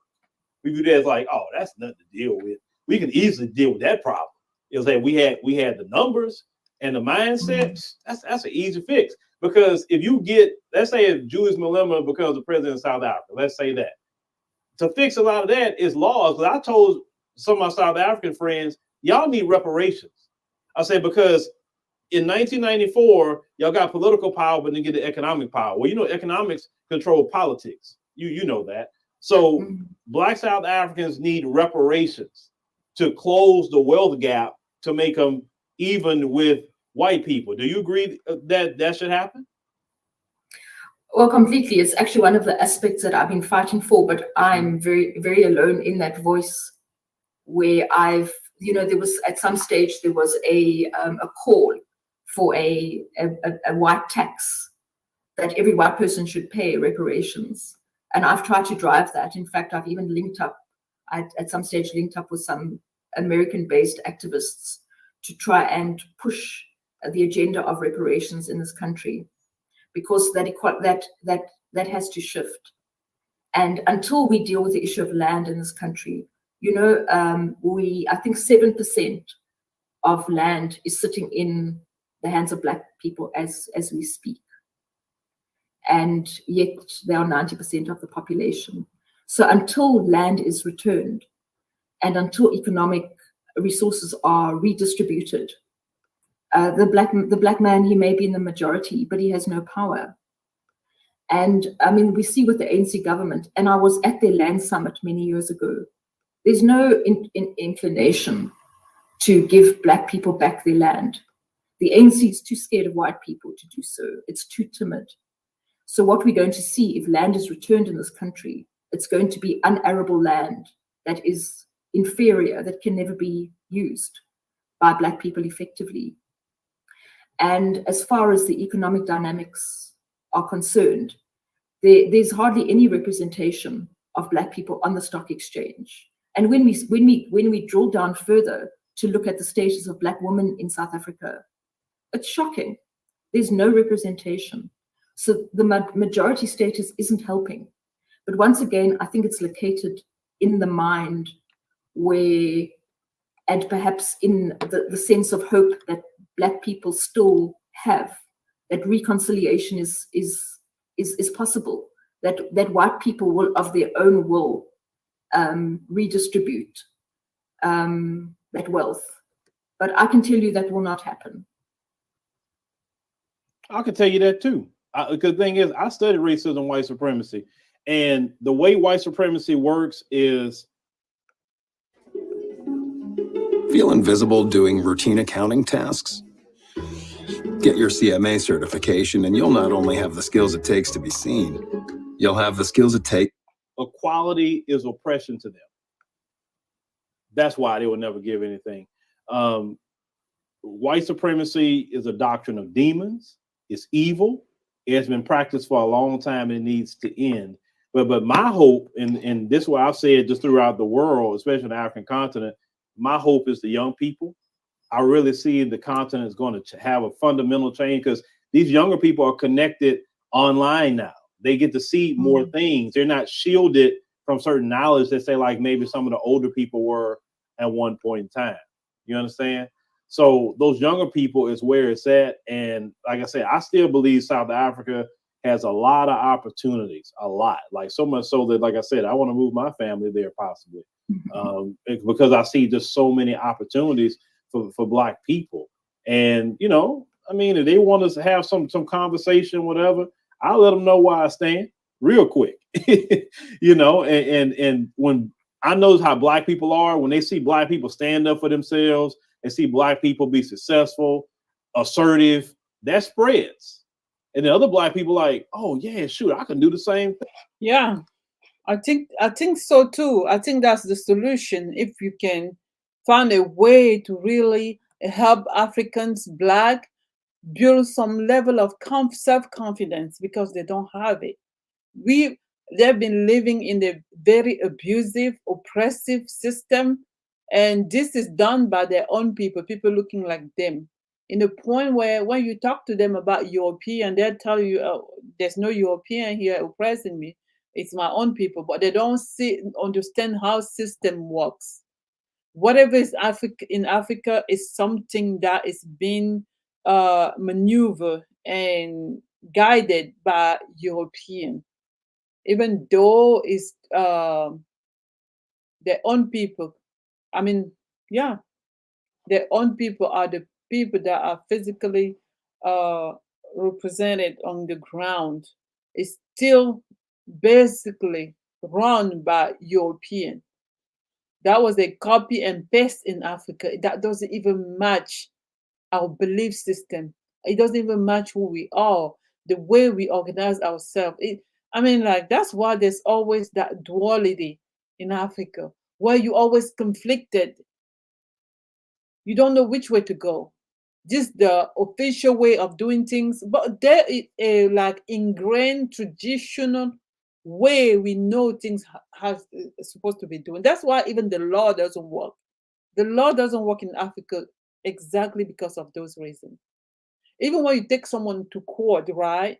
Still, after the court, we when we get out of the court and go back in the neighborhood living way, way of life is more powerful over. I mean, the way we like the connection we have in the neighborhood, who we know, how we are, our relationship is more important even than the decision that the court is going to make. You see a lot of people taking someone to court in Africa. No matter what the court say, they can still come back in the neighborhood and make an agreement that has nothing to do with what happened in the court, and that agreement will always take over. It will override the court decision. Like, if I take someone to court, right, and I win the argument, or and I win the case, I want to say, if I win the case, we go back to the neighborhood. The person's parents or uncle or whoever can decide to come to see maybe my mom or my dad or my uncle or somebody, and they talk as elders and kind of like make an agreement that is going to counteract the decision that was made to court. And now we're going to have to go negotiate to kind of like cancel the decision that the court made and make an arrangement based on like our relationship, our background, and all that. There's always that double standards in Africa. Like, we struggle with the system that they place there because really we don't relate to that system fully. Just like I talk about Christianity, that's the same thing. You see, even the priest, the pastor in Africa, they're over there preaching and all that, and they will go to the village to do the sacrifice again on the traditional ground. Yeah, that's what they do because they know that Christianity is not going to save their life. So they have that split thought, and they struggle between all that.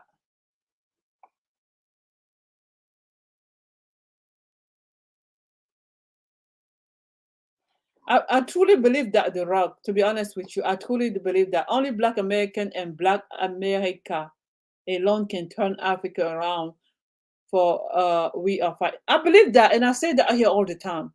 I really believe that. If I had a power, trust me, I will hire Black American in very strategic position in Africa. They are the only one that can confront European. An African person has been molded. Like, I mean, we are deactivated when it comes to like confronting a European person. No, even our leader themselves, you see them, there are documentary on this. It's not only me. I watch a documentary, like one of the first French president, the one that really, he was like the queen of French colonies. His name is De Gaulle, Charles de Gaulle. This guy was teaching his people how to kind of like manage and get the most out of African leaders. He said when African leaders come to France, right, the first thing you're gonna get the best castle in France. You're gonna get that's where you're gonna invite them. You're gonna serve them a very nice champagne because they worship and value everything that is European. You're gonna serve them in the best uh, dishes ever and silverware ever, you know. And then you're gonna let them drink and drink and drink because when you do that, they feel valued because the most important thing for them is to feel valued by the European. So when you show them that you can be their friend and all that, yeah, you put them in the position in which they're just going to sign whatever you're going to present to them. It relaxes them. It relaxes them, and they will sign any kind of contract you bring to them. That's what Charles de Gaulle said, and he taught it to his environment.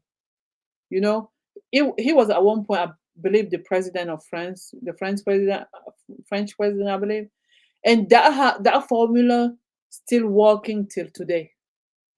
It's a mental issue. An African person cannot even like confront a European. Nope. They're too you go you come to my country and you visit company, I mean like international companies that are there, because they always make sure that whoever is all the way on top, like the CEO or whatever, is a European from the homeland. And then other big people in the executive gonna be European also. And well, yeah, some and some not. But you will see when they sit around to have a meeting how it goes. These people speak to people that have more degree. You know how Nigerians say they have more degree? Go see them sitting around in their country discussing business terms and see how they are treated. I mean, with all that degree, how they are treated and how they respond to the treatment. You're gonna feel sorry for them. They don't have that bone. They don't have that gut. They don't have that courage. That's something that was deactivated in our DNA during colonization. They are not like African American. When I see African even being here, like trying to talk down on African, I'm just laugh. I just laugh. They do that from the comfort that the country in which they are provide for them to even sit on that chair and talk down to African American. They cannot dare, I'm telling you, do that in their country to a foreigner. Never. They would not. They would not. And I even see the back and forth between African Americans and Africans. It's ridiculous. If I was an African, I would not even like entertain that at all, because I know you're only doing that. No, they don't have the Black American spirit. Even this internet talking back and forth to Black American, it's just because it's online, it's virtual. You understand? They cannot even it's ridiculous. That's why a Black American person is respected around the world. When I first came to United States, that's the only time I even came into contact and realized that Black Americans were people that felt oppressed, because that's not the perception that we have outside of America. We look up to Black Americans. We do. Don't listen to these internet trolls, African internet trolls that talk all that smack talks to African American. No, if it wasn't for Black American, I don't know where the Black race would be, to be honest with you guys. Because in Africa, we had fighters, right? We have fighters, people with fighting spirits. Well, those people are gone. We lost our fighters. Now we have men that are like so submissive. People say they don't like the world, but our men are submissive to Europe. How do we supposed to even like look at our leaders and be proud of them? These people are submissive.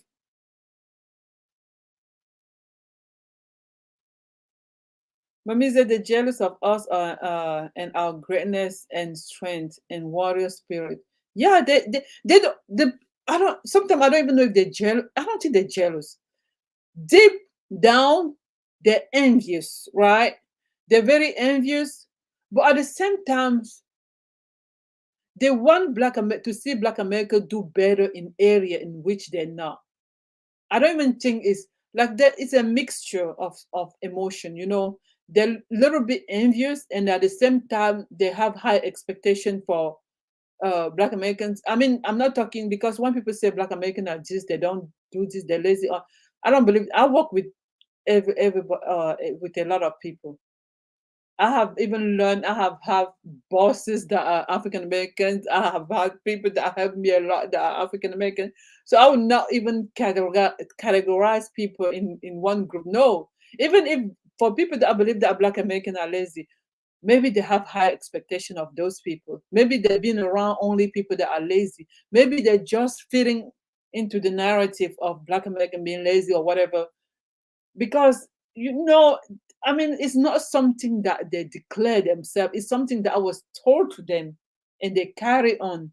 I even saw him, one Cameroonian here. I have a discussion with him. He just got here. He's been here for only like 2 years. He's still doing small job and still going to school. And he was telling me about how Black Americans are lazy. I'm like, excuse me, what do you mean by that? And when I talked to him, right, I told him certain stuff that he doesn't understand and take into consideration. It was like, oh, okay, I see now. So it's all about even like knowledge and understanding.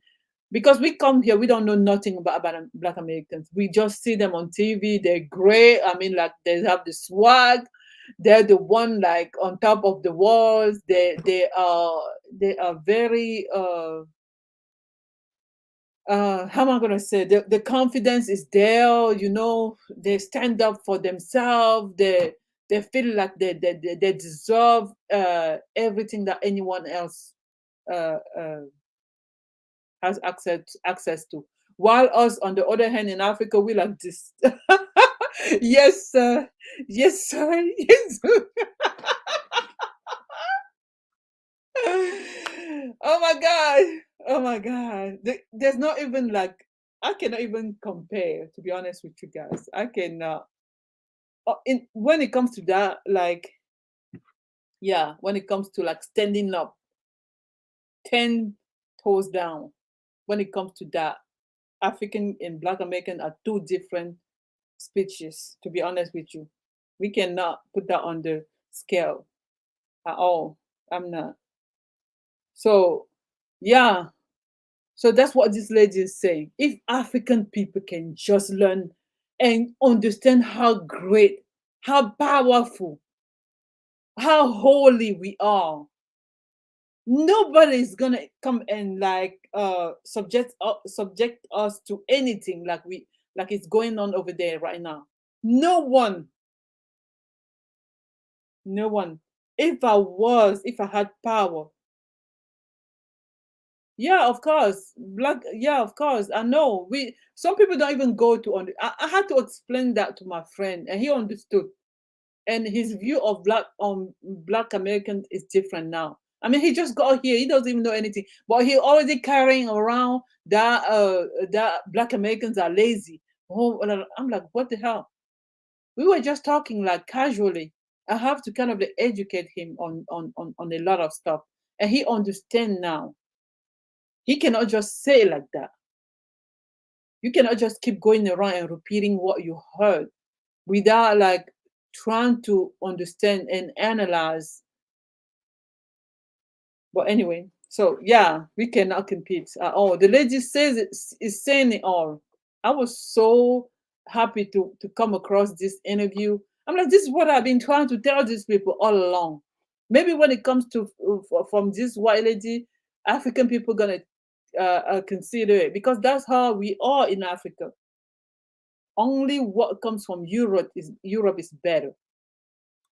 Thing. So I have a lot of hope for my brothers and sisters. I think things going to turn around. I believe.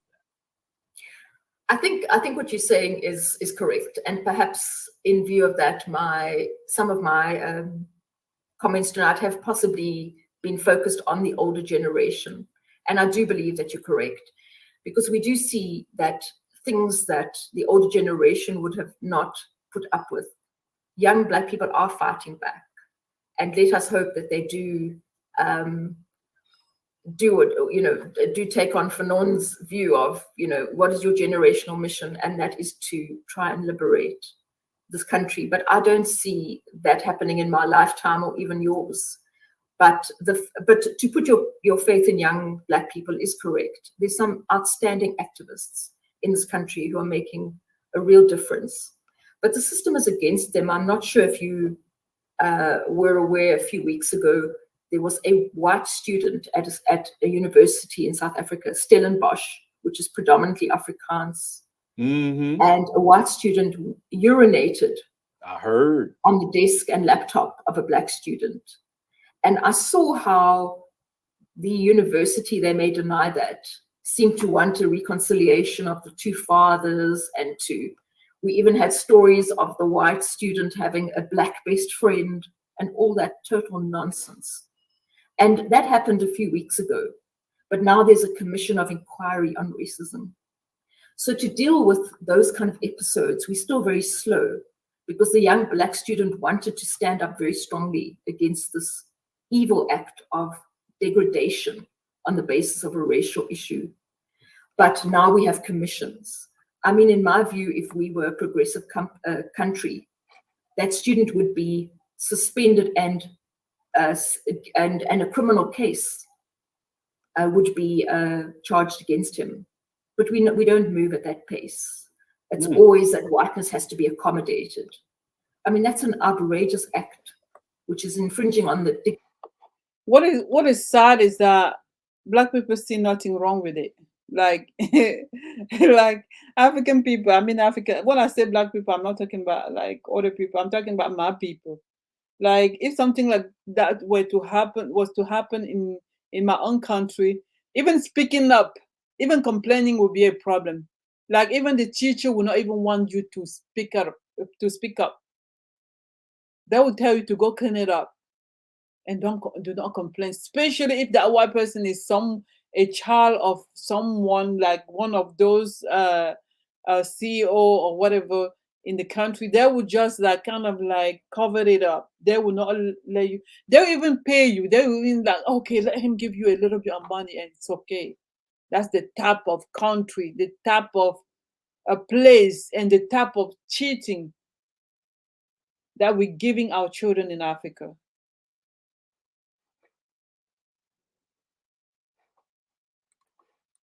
Dignity of a Black child, and yet we don't punish it to the extent that it should be. If it was the other way around. Let me interject in there. That particular, we covered that here on this channel, actually, that particular story is because it's allowed by the Black person what it happened to. Because I know some brothers and sisters in South Africa right now. Let him urinate on their laptop. Watch what's gonna happen. He about to get a good beat down, like he should. It's like, oh, I don't care about no police. Yeah, yes, I understand that individually people can deal with it differently, but that's not what the lady is talking about. The lady is talking about the system in place, because we live in a society that function in certain way. You having to take justice in your hands and defend yourself is very sad. It's not something that everybody is equipped to do, or everybody is willing to do. So we're talking about the system, the fact that it's allowed and is accepted. It's accommodating one group and not the other. And the group that is not even being accommodated is the majority, the group of the majority, which is, it's, oh gosh, it's just sad. Let me just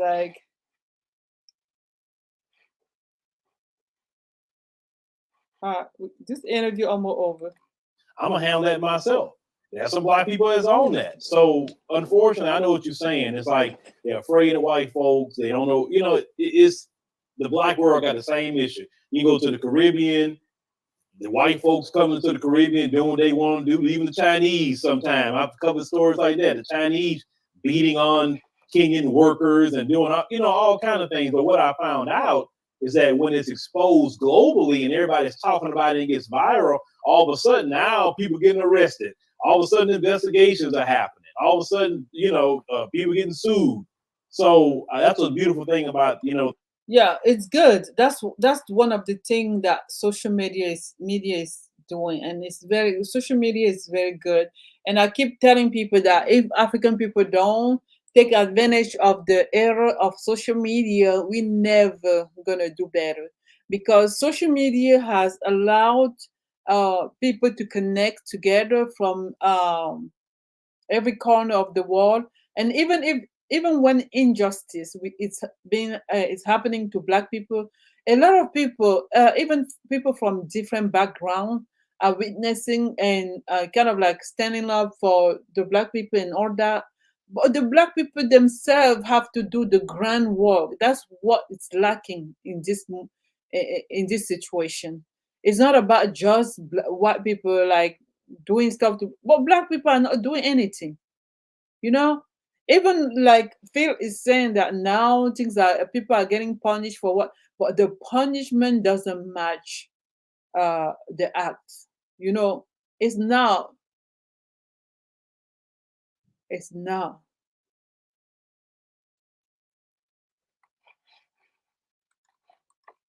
the internet. Now, I haven't heard anything else about that particular story. Did that guy get suspended after all, or are they just talking about some commission? He was suspended, but the commission is ongoing. It's as if racism is presented right in front of your eyes, but you still cannot judge on that. You still have to have a commission. And that to me is absurd. The fact that he wasn't taken to a police station and charged is a symptom of the fact that whites are still far more in charge of the society than we want to believe. Yeah, and the brothers and sisters in South Africa got to get a handle on that, and like say, listen, I appreciate everything you're saying, because I know in your community, someone like you are hated. I know you're hated to the core. Someone like you in America, they're to put a rope around your neck. Okay, every white person in history that's trying to speak up what's right, they doing the Lord's work, right? They have always been a pariah in their community and been attacked. So what have you been called in by other white people in South Africa for what you do? Yeah, I've been apparently I'm a race traitor, and a terrible thing. I see myself as a black sheep in the white community, and it's actually a lonely journey, to be honest, because I've tried to reach out, and I think on the whole, there are very few white people who are willing to have honest discussions and to actually make material reparations. I've reached out to the CEOs of big companies in this country, and they're not interested in parting with their wealth. And as I've got older, I've learned that we speak about the politics of liberation, romantically, a great revolution and human rights and self-determination. But often politics is all about self-interest. And it's not in the interests of white people to engage morally or face up to the atrocities that they caused or their forefathers. So yes, I'm labeled. I've lost, in my book, I speak about losing many career opportunities on the basis of my politics, which is crazy. But it's a journey that has to be walked. And as long as my voice is heard, I will be speaking. But as I was saying, on mainstream channels in South Africa, my voice is very unwelcome. But I continue. Well, don't feel bad, because my voice isn't welcome on mainstream channels either. I appreciate Newsroom Africa for having me on. Shout out to them. I don't get on too many channels myself, so don't feel bad. But it's popped in my head. I'm not going to say the full word, But do the white people call you K-word lover? Yes, they do that. I mean, what I find quite interesting is that, yeah, I mean, there's been a lot of insults, and it takes on a an ugly nature. I mean, even sexual comments, and speaking about my character. But I'm fine. I know what I believe in, and I continue. And I certainly don't feel sorry for myself. I'm very comfortable with my views. And Matifa, what do you mean by she should go with white light, white lies? What do you mean by that? She should go with white lies. What do you mean?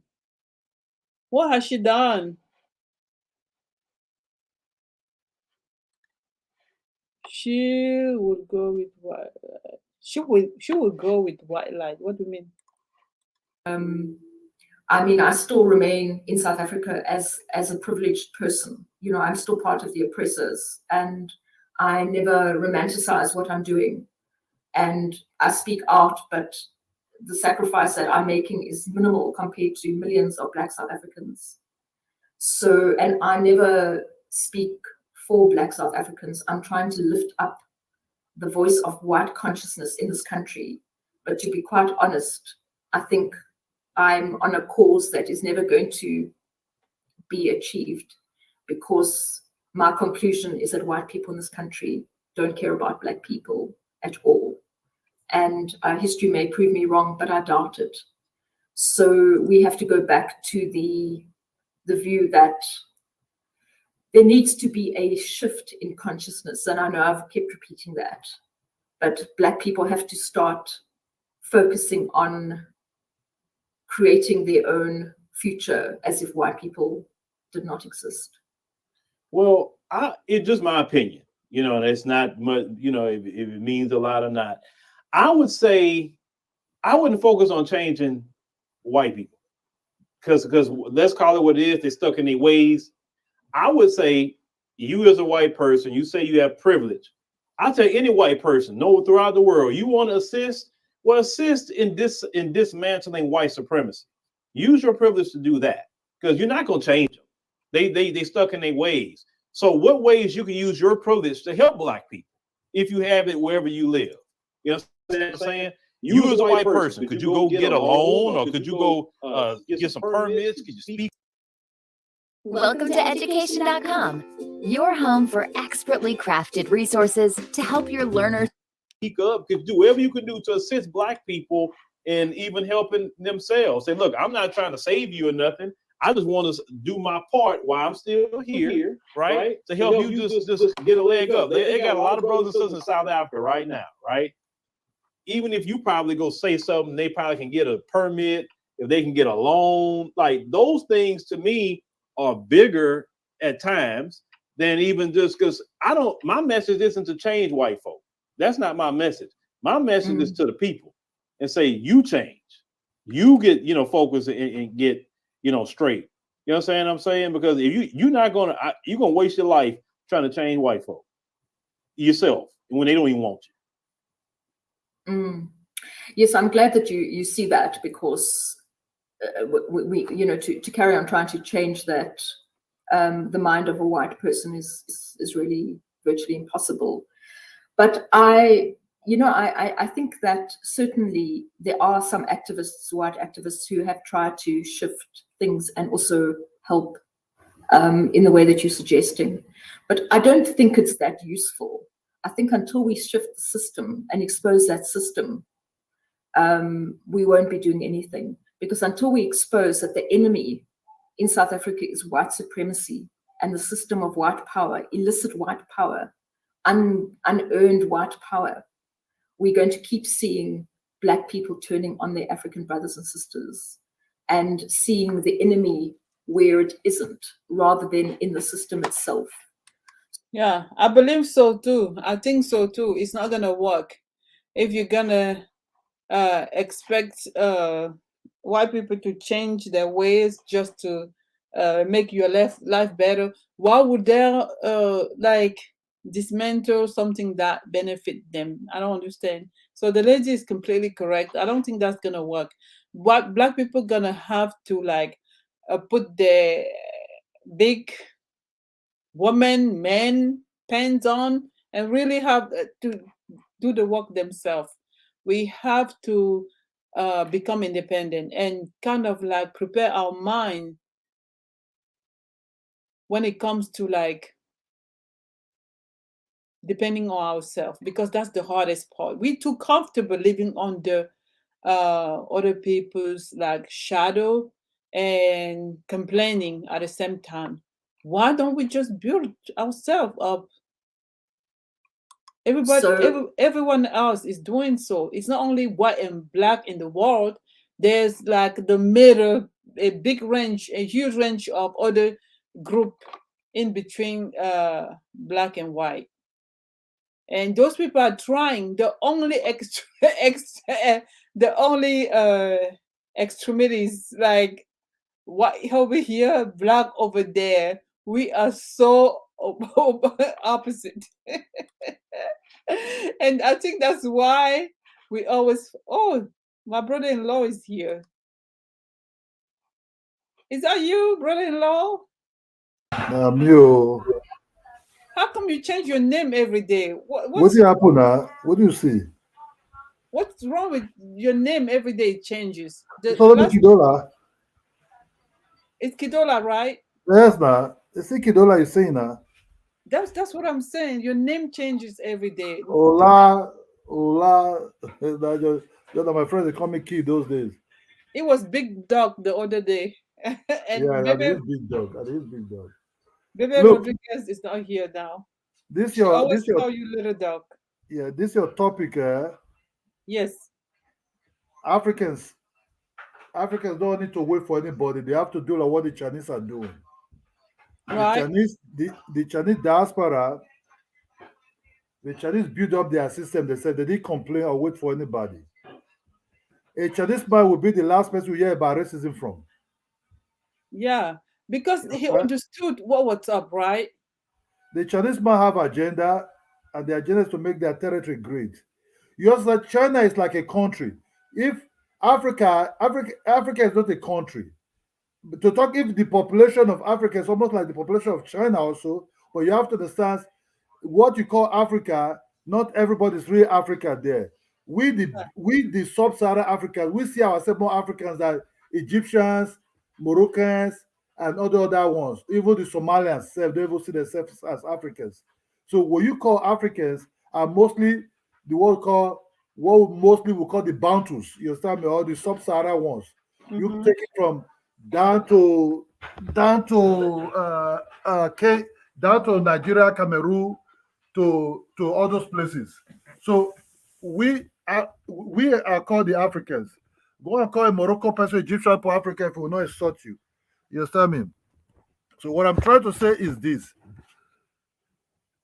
the smaller countries that made up West Africa, very small countries that made up West Africa, small population, but really be controlled by some kind of superman as their head of state. You understand me?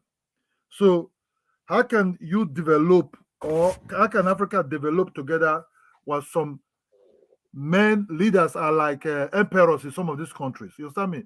So some of the things I'm trying to say is, even the guy that is speaking now, they didn't really care about Africa interest, or he just saying this thing all for making money for himself.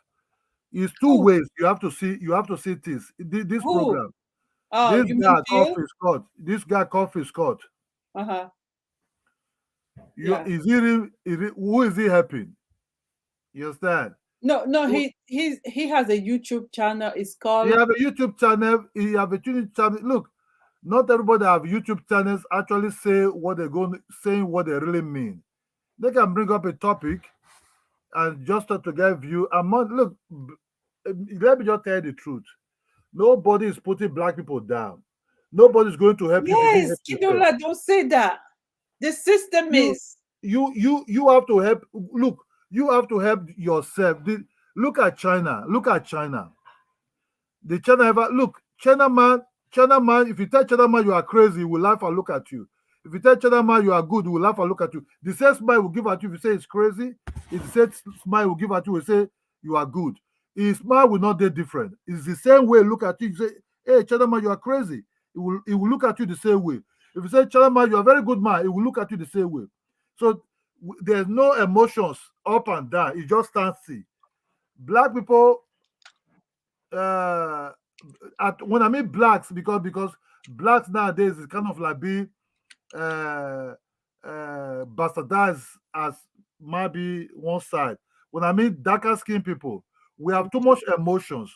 We say things that are not even we say things that are not even too important, all just because we have emotions. You understand me? We are too comfortable for people to help us to find our way. You understand me? We don't like to look for our way ourselves. We complain like yes, not really the African, even the Africans on the low ski because they're in their own countries. You understand me? Let me just tell you the truth. Just like you talk about Nollywood, you understand? If you have to recheck it, which African country have really powerful movie as Nollywood? Not. They have powerful movie. I don't think so. They have a lot of. Which country have any movie that somebody can point in Africa and say that is the movie?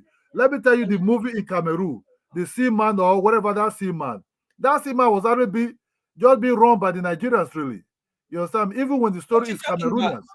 You understand me? So there's one Cameroonian movie that went to Netflix. If you check Netflix, who brought Netflix to Africa? It's the same Nigerians. You understand me? Nollywood. We don't need Netflix in Africa. That's what I'm telling you. They have. I said we do not need Netflix. Yeah, but I'm telling you that these are part of the development. China that is not development. Listen, that's where look. China man have their own movie. Chinese have their own. Even China man is even coming into Netflix also. Do you know China have its own type of movie that China is where they can do that now, but they did not start there. Hold on, Kidola. Let me tell you something. You cannot be comparing Africa to China. The difference between Africans and China is that China people know who they are. Africa people do not, because they are being mentally sabotaged, brainwashed. You understand, Kidola? We cannot compare. So don't be comparing Africa to China. China did the groundwork. China when China was how do you say? Oh my God! When I want to express myself, sometimes I lose I go blank. Like China was went to 20 years. Was it 30 years or 25 years on embargo, I believe, where they did the cultural revolution and restore what it is to be China. African people haven't done that. They haven't dealt with their past, and that is like to me, that's like a spell on Africa. No. Forget Africa. Don't need to do. We don't need to. Even when China man didn't even do revolution, China man is fixed to able to do things on his own. Because he did that revolution to find out who he is and what his needs are. Africa know who they are. Only that the problem with Africa is African people. They do not. Look. Let's assume now. Let me just tell you one thing. Let's assume they want to bring ECOWAS money, right? ECOWAS money. Oh my God. Money. Yeah, single currency. What happened? Somebody somewhere far away from a French colony decided to say, because they could bribe him or to spoil it. Then the Nigerians quickly bounce back and the English. You understand me? If you have to talk real Africa, the Francophone countries are not free. You understand me? The English have even far more freedom because they can think on their own. We're saying the same thing from different No. If you deal with Francophone people, really, we English people, if we see Francophone people, we see French. French way of life. Oh my God. They cannot think. They don't think above. They don't think outside the box. We don't. If we English, when me Anglophone English, what I mean the so-called Nigeria and Ghana. If we see Francophone people, we see what's called French. You understand me? They behave like French. They eat croissant. They eat baguette. They eat they eat all kind of all kind of food. If not their music, their whole this that so-called music, their whole like music like the Makossa and the other one like the Olumide and all these guys. Sometimes when you see a French person, a African that's being colonized by the French, sometimes you kind of like really shocked that the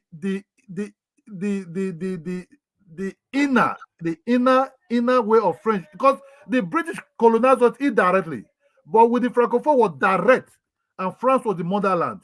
So it's a total different ball game in Africa, that even the unity will take time until we understand each other's languages. Let me Before tell you that unity will Angela, ever come close together. You guys like to say that here on YouTube. Let me tell you something. Let me give you some real talk. Okay.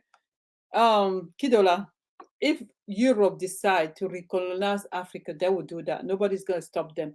If Europe comes back and slam us together, okay, say there's no more boundary, put down rules that they reinforce, okay, everything is gonna work great. That's why I'm telling you that all that, if that, all that, oh, because this has to be in place before things works. The other, that's nonsense. It's because what Black people don't know how to rule themselves.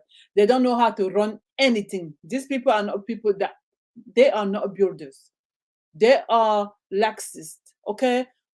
If in Nigeria, even though you guys don't get along, okay, if there was law, okay, that was set in place, a law that is fair to everybody, and everybody follows it, and it's reinforced on a daily basis, things will run. It will run like water, one direction. Because we don't have that. We have that self-sabotage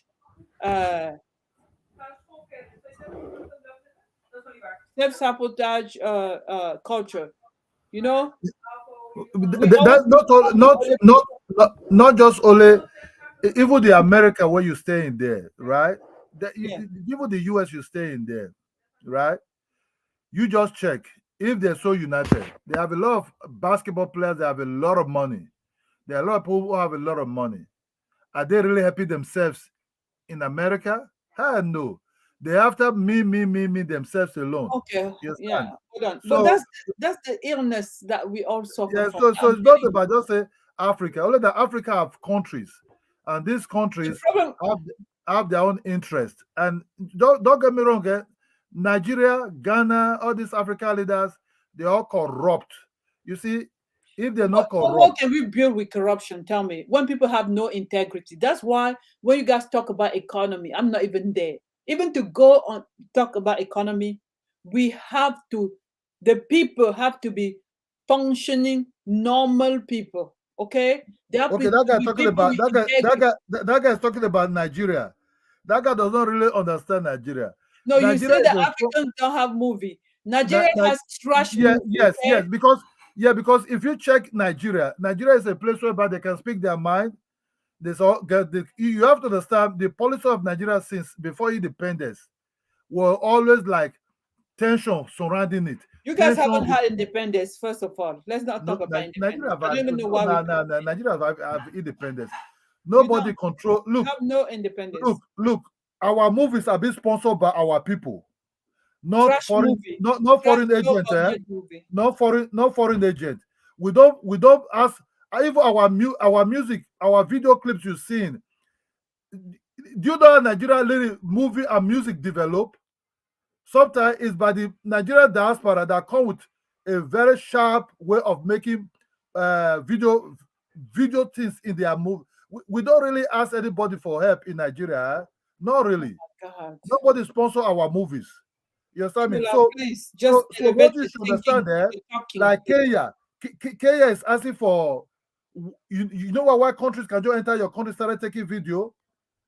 That what you say, they take video in your country, your villages and everything. It's because they give you assistance, they give you handout. They take picture in your village too. No, No, if You you bring do. that You camera, just don't know. if you bring You that just don't camera out, know. no. If you bring that, look, let me tell you one thing. I was leaving Lagos to my village, right? They were where we stop, right, to buy food to eat. Then my wife brought out a very sharp camera called Canon camera. The lady that was sitting there saw it, and she didn't like it. You understand me? You can bring this house. In Nigeria, you cannot even go to the villages.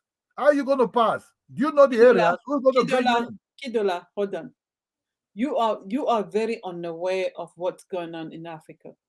I'm telling you, Europeans come to Africa, any destination they want to. They walk into wherever they want to, whenever they want to, do whatever they want to. Because once you pass the border, they can go anywhere. You understand? Once you pass that border, when you go in. But let me be telling the truth. We cannot be blaming Europeans in anything.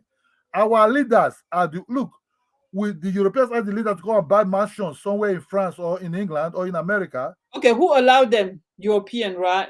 No, European people. If you bring the money, let us do European bring money to Cameroon to buy a big mansion. Will you say no? You bring the money there. That's different. You know, so that's different. Let me tell you something. Our leaders supposed to be held accountable, right? Even the European themselves, they design all this law and all this institution that they say that they're using to control, to help Africa to do this. If you are helping Africa, how will you allow people, even ourselves living here in America, you cannot go to put $5,000 in the bank account. These people will investigate, okay? These people will go and background check and control, verify the provenance of the money and all that. But they allow our leaders to just come and dump money into accounts in their country. Yeah, because these leaders are some of these leaders. Let me tell you the truth. Our past Nigerian leaders do not have house in America. Our former leaders, we talk of former leaders of 40 years ago. We're talking about the one that do. Wait, hold on. No house in London, no house in America, no house in nowhere. These leaders have maybe a flat. I don't know what you call it in Cameroon. We call it a flat, like a bungalow, right? 4-bedroom, right? They will fence it. They're like, this might have a flat. It's very nice. So how's he going to go and buy a house in London? Why is not staying in London? Is these people, the children of these people who school in London, in America, they know all the most corrupt politicians in Nigeria are the ones that travel out of Nigeria. The one that said they went to study. Okay, I don't know in London and in America. They are the most corrupt ones in Nigeria. Kidola. You know, I'm telling you. I understand what you're saying, sir, but we have to stay on like when I'm saying something, you say something different. You're not responding to me, and then it's almost like each person, like in those churches, when the pastor say pray to God, speak your stuff to God, and each person is just talking their own crazy stuff. It's crazy to me because tell me, there has to be some orders. Okay, want me to respond to you? You let me know. Okay, I told you this. How come you say European people have nothing to do with our misfortune? I'm telling you that these Europeans are the ones that have all the institutions that they put in place to kind of like make sure that they say helping African countries. Is this not what they say, helping? Okay, but at the same time, they allow these people to come to their country to buy houses, cash, and deposit a huge amount of money in bank account. How is that not hypocritical? How is that not them creating an environment that's allowing those leaders that themselves they kind of like keep in place and support? They create that environment to allow them to loot all the money and the goods in the country. So how come they're not respond? They have no part in our mistake. Okay. I'll give you this. That's just one. Because these leaders does not come with their real name. This leader formed like already they form a company somewhere like in England, right? They will introduce like a company. A company already be registered in Nigeria. They will find a way to register this company in abroad also. They don't come with their real name. So when they come with this money, as kind of like investment, right? It's like the way African leaders send their children to African leaders send their children to America to study. If you go to America to study, you must have a bank account there, right? If you go to London to study, you must have a bank account there so that they will know that you're able to sponsor your educational system. You understand me? Then through even this bank account, they're paying for the school fees and everything. They can also channel money as different things to do different things there.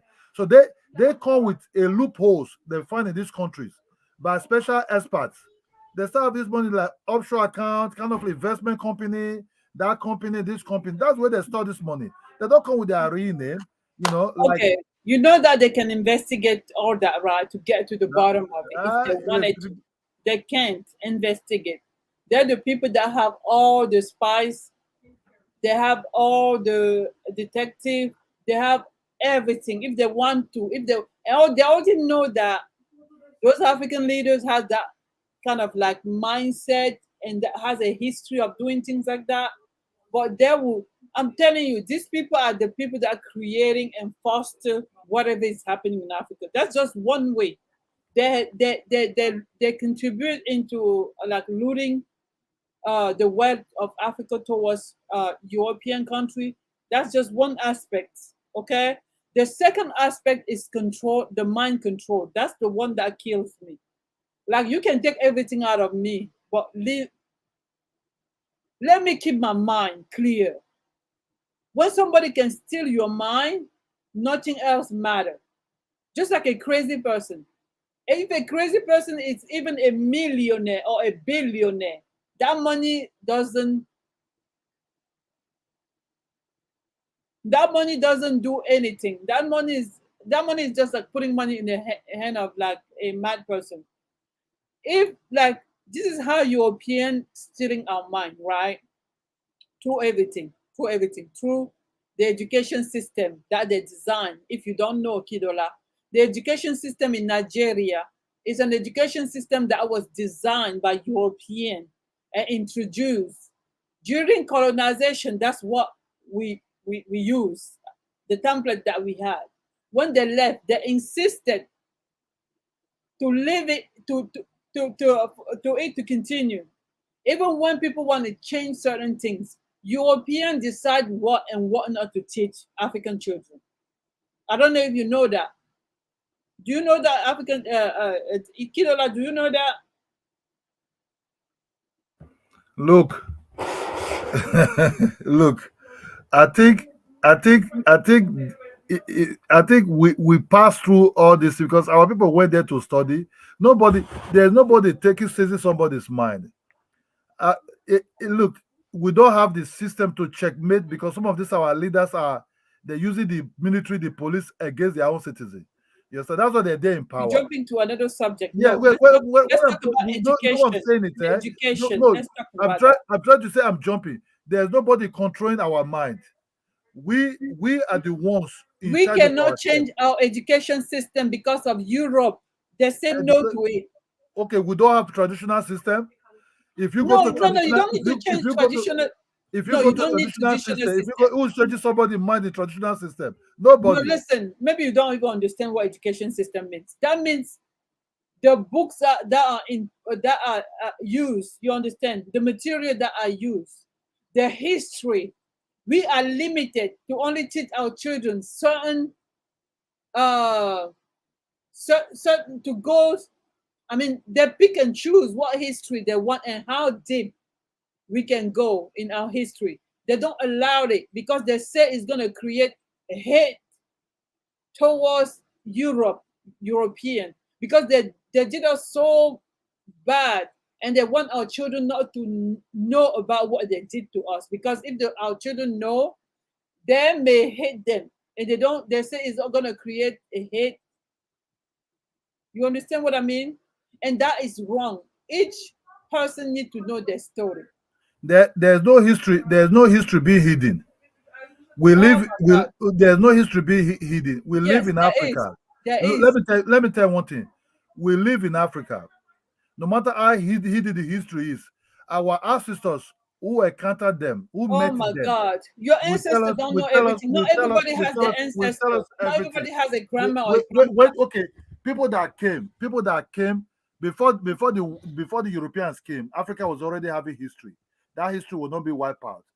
But when they 600 years ago, with Africa, they already have thousands of year history. If they did pick you as a slave, that one is, if they pick you as a slave, yeah, definitely you will lose your language, because they Listen, will miss Africa you. don't, hold on. Africa don't even take history, Gem Joel. African people don't, history is just like superficial. Like the way they talk about slavery, right? They'll be like, oh, there was slavery. Some Africans were taken to the United States to work, to do some work. That's it. There's no specific. They don't tell you in detail what happened. They do It's not not. even know themselves, to be honest with you. It's It's not the only when you African. face African American and learn about It's the history that you understand. They don't tell you anything more than it's just not the that, it's like not the Europeans. surface. It's And not they Europeans turn that block our it. heroes. It's not Europeans that block. Another thing is that they turn all our heroes against ourselves. You right? So in history in Africa, everyone that fought against colonization is painted as the evil. How is that great for a country and the children of the country? They paint everyone that supported colonization, that was alongside the colonizer, as as the hero. So they flip the heroes in the history, and that's what they give to the children. They feed the children. You grow up looking, I mean, looking down on your real hero and celebrating the colonizer's friend, you know, all this, Kidola said that Nigeria, oh my God, don't let me start Nigeria. You still in Nigeria have university that's named There's no named hero. after There's your no there, colonizer. Street that named after your colonizer. What are you talking about? What are you saying? Look, let me tell you the truth. The truth is, there's nothing to celebrate with some of these bad kings who participate in slavery. So these kings sit on this history. It's not the Europeans said about the history. Even through the Europeans, we even know that our kings was even involved in slavery. Did the kings tell us they were even involved in slavery? Hell no. You understand me? They didn't tell us that they themselves was even involved. But how They come were you giving say them there's no hidden history then? Why are you saying that? yeah, the history. African American history is part of African history, Even just like it's part of even American history. even when the history is being hidden, it was being hidden by our kings, not by the Europeans. You understand me? Our kings were evil anyway. You know, why would you celebrate some of these kings that were very evil? You understand me? Why would you celebrate them? Why You will you understand me? celebrate? Hold on, let me pause my air conditioner. My air conditioner is like, is making noise.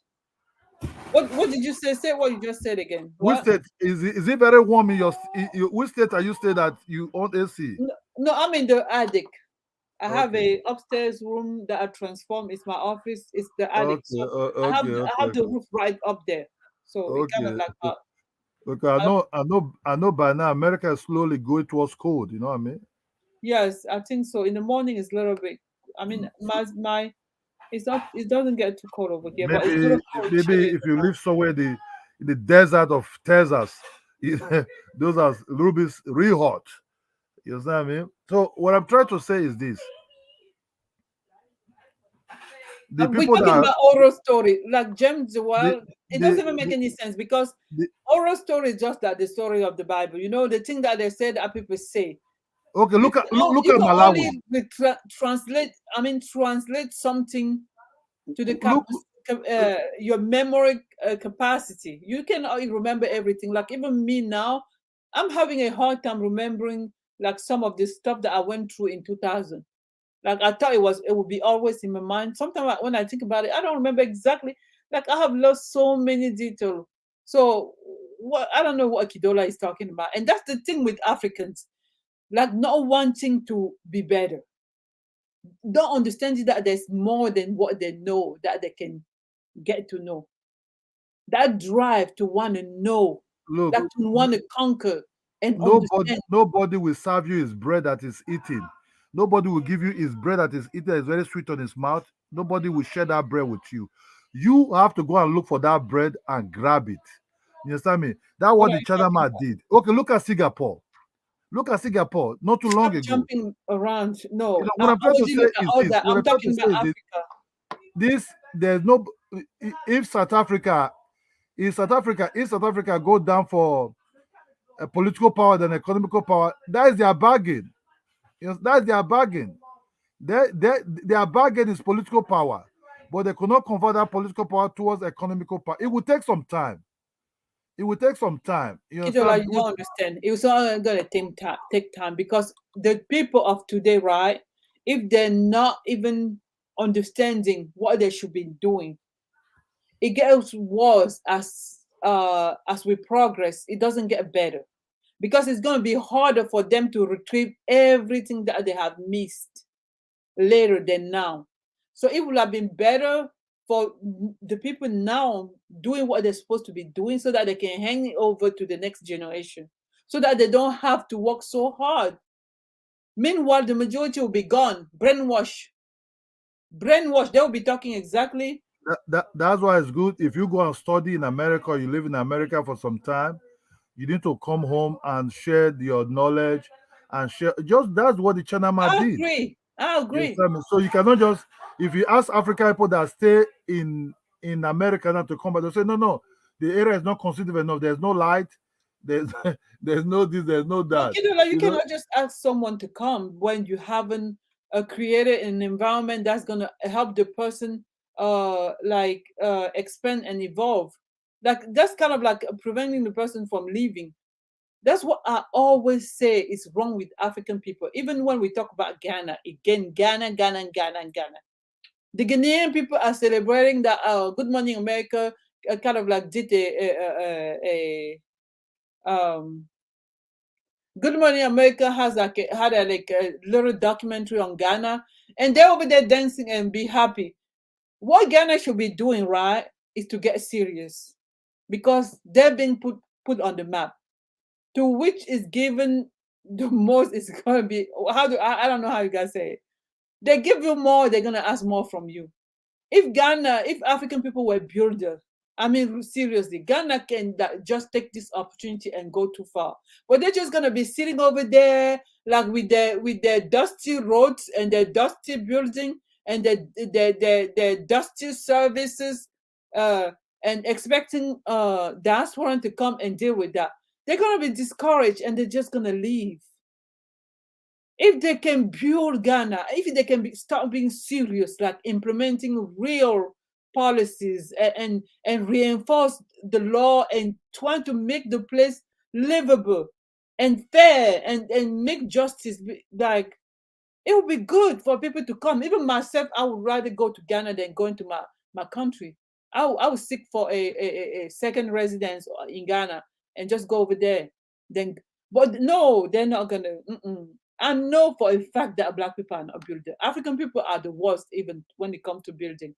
They're the worst. They always think that they always have low standards, low expectation, and expect everybody else to kind of like lower their standards to theirs.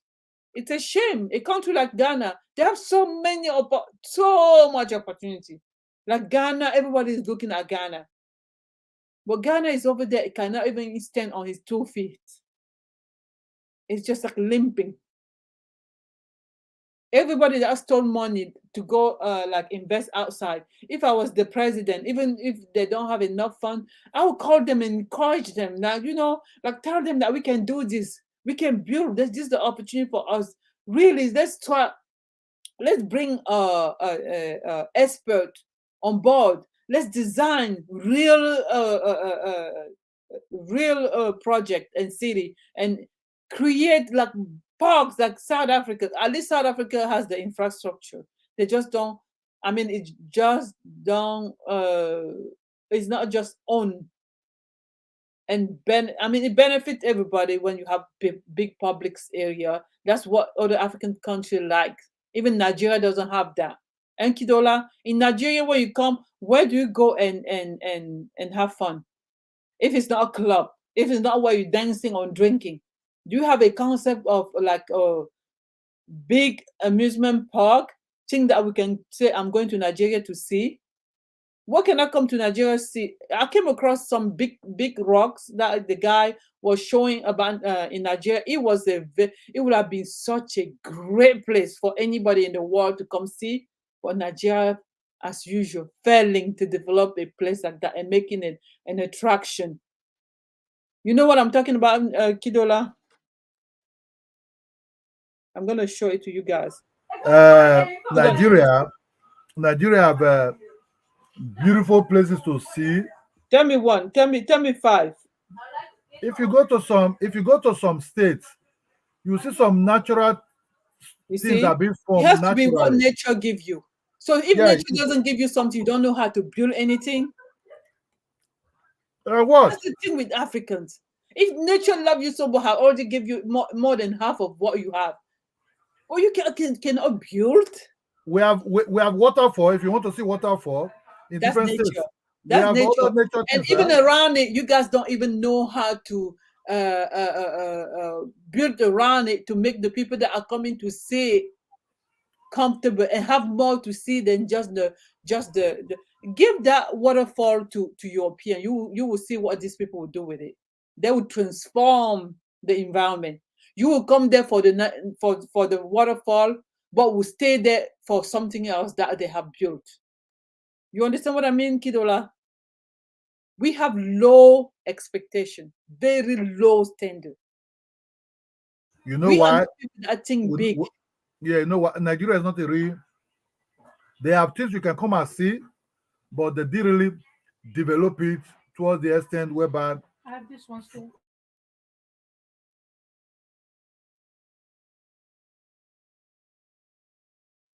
All right, let me see you guys something I saw. I came across. I think I'm done with this lady. I made my point. This lady is awesome. Like, I'm gonna buy her book, definitely. I'm gonna buy her book. Let me It's show all about money, eh? Huh? That woman is making money too, eh? What's wrong with it? She's doing the work. What you talking about? It's not always about money. That's why I'll tell you that Nigerian people always have low standard. All you see is money. It's not always about money. She's making money, but she's making great impact. She's doing something. I mean, she will leave a good legacy. She has done something great for people, which is something that most African will not do. An African will sell out. Even what is like under his nose. No, let me see. What am I tapping? Let me see. Let me show you something I saw. YouTube. This Nigerian guy, he goes around Nigeria and show very unique kind of like. Let me see. Okay, let me see. What's the title? Whoa. I don't know if you guys know this guy, but yeah. I already watched 2 of his videos. It's awesome. He doesn't do the flashy stuff that everybody want to do. I like people that are unique. People that do their own stuff. Let me see.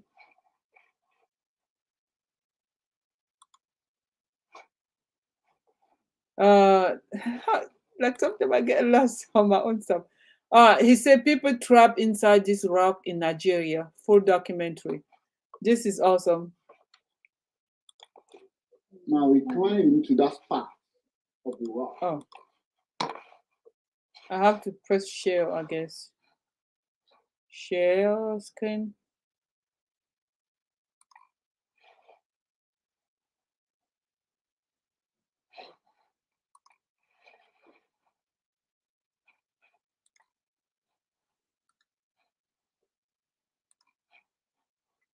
Did I show you? This was amazing, to be honest with you. Look, this village can We can bring help so you much. stand out in a competitive work environment with an online. Who are trapped. Just give this village to white people. You're gonna see what they will do. But look at how the village look. Chineke. That rock is natural. That's what nature gave you for free. But nobody even knows about this place. And he did this 1 month ago. Look at how many views it generated. 1,194,000 views. 94 and 721 views. Those are like, what else can you give to Black people? What else, Lord? What else? This guy shows so unique structure, like natural stuff in Nigeria. And living inside this rock, even 800 years later. Wait. I'm hearing a sound. I'm hearing sound from inside this rock. Look at how the place looks.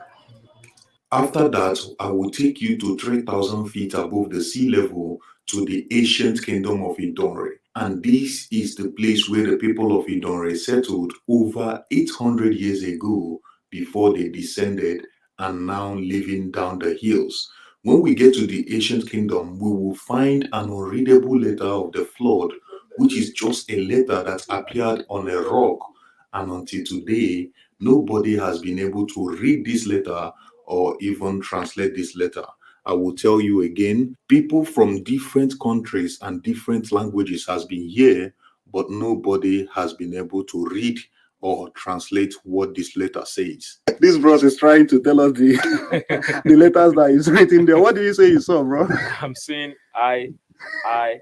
No. N. No, that is not N. But I'm saying LALA. After that, I will take you back to Esegboji, which is the place I showed you in the last video, which I told you is a narrow path that two people cannot cross at the same time. And while crossing this place, you are not supposed to look back. But when we get there, I will try my best to look back. And whatever happens, we are going to find out in this video. It is time to do something that nobody has ever done. So I will look back in 1, 2, or let me count from 3 to 1.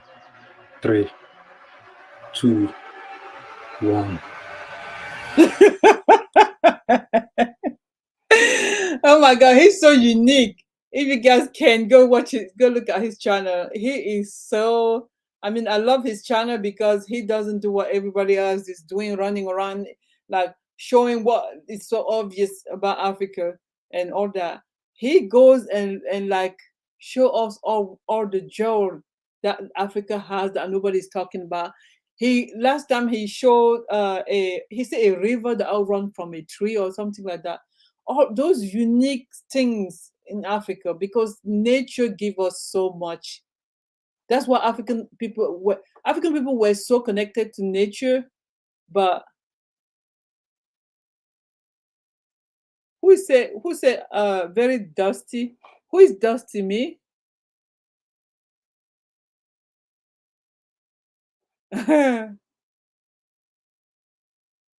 Yeah, African people has no sense of nationalism and wanting to build modern infrastructure.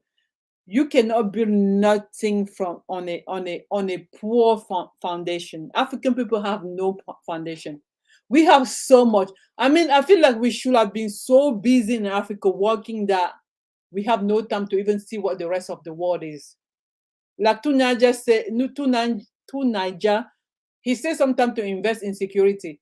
If we have like people that we can trust, people with integrity, really that we can trust, really to really be there for that security, we put them there to secure the country, and then inside the country, nobody has time for any Facebook, any YouTube, any nothing.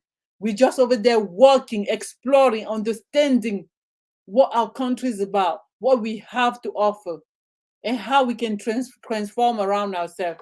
No, that's not the education they're giving us. If you're enjoying the video so far, look at that rock and click the like button. And if you want to see more travel stories like this one, click the red subscribe button in front of your screen and turn on the bell notification that will come up next, so that you will be the very first person to be notified when I post. If you want to die, Me and John came to Ojimoba Rock. Guys, look at the rock for yourself. Look at that. Find the perfect worksheets for your kids. Plus, discover over 30,000 games and other education. And we are to film this Ojimoba Rock. And then you guys gonna be here talking about Africa, Nigeria have movie. What movie? Movie where you guys want to copy and paste whatever other people are doing. Movie in which your people are they're such bad actors. Like they are ridiculous. Even like copy and paste. Even the way they dress, they value. They're acting out like there's somebody else. It's not even like, it's not even believable. It's not plausible. Bad acting with low budget. The goal was to try to hear the same sound that the villagers claim they hear coming out from this rock. And while we were filming this rock, we saw an old man who owns this house, which we are actually standing right in front of. The man asked us, what are we doing? I told him I was making a short documentary about this Ojimoba Rock. Then I decided to ask him some questions so that he can tell me what he knows about this rock. And the man started to tell us what he knows and his own personal encounter with this Ojimoba Rock. And let me tell you right now, the person you're seeing right now is 100 years old. That is actually a century. And he has been living right in front of this rock for over 60 years. And if there is any sound or anything about this rock, I don't think anybody will know better than him. According to the story he himself heard, that thing was that it's war that moved the Idari people, chased the Idari people up to this spot. Okay. So those that are chasing them, once they got to the side,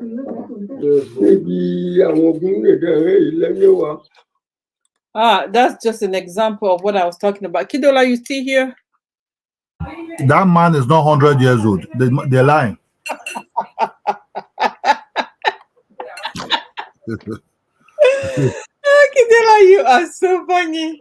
Okay, if he's not 100 years old, he's at least like 80 or something. I mean, yeah, he'll be between 80 years old or that kind of something. Okay, that means he's been there for at least 50 years, right? So we can give him that. So that is his village. His tribal people came from there. That's why there's no foreigner going to build a house close to that rock. You understand me? Because that rock is a voodoo rock. So what I'm trying to say is this. Exactly. You know the history behind it. That's what makes people to come. That's what's gonna attract the world. That's what when you leave Nigeria to go to maybe China to see a monument that they built over there, is whatever the thing represents that attracts people. You understand the story?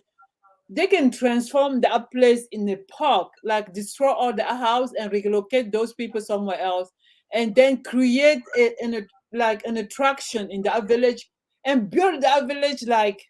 No.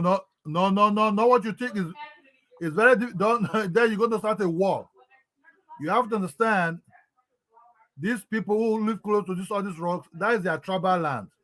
They've been living there, possibility for more than 1,000 years old. Oh, Kidola. Nothing is impossible. That's what I'm talking about. I'm telling you, you don't know how to build.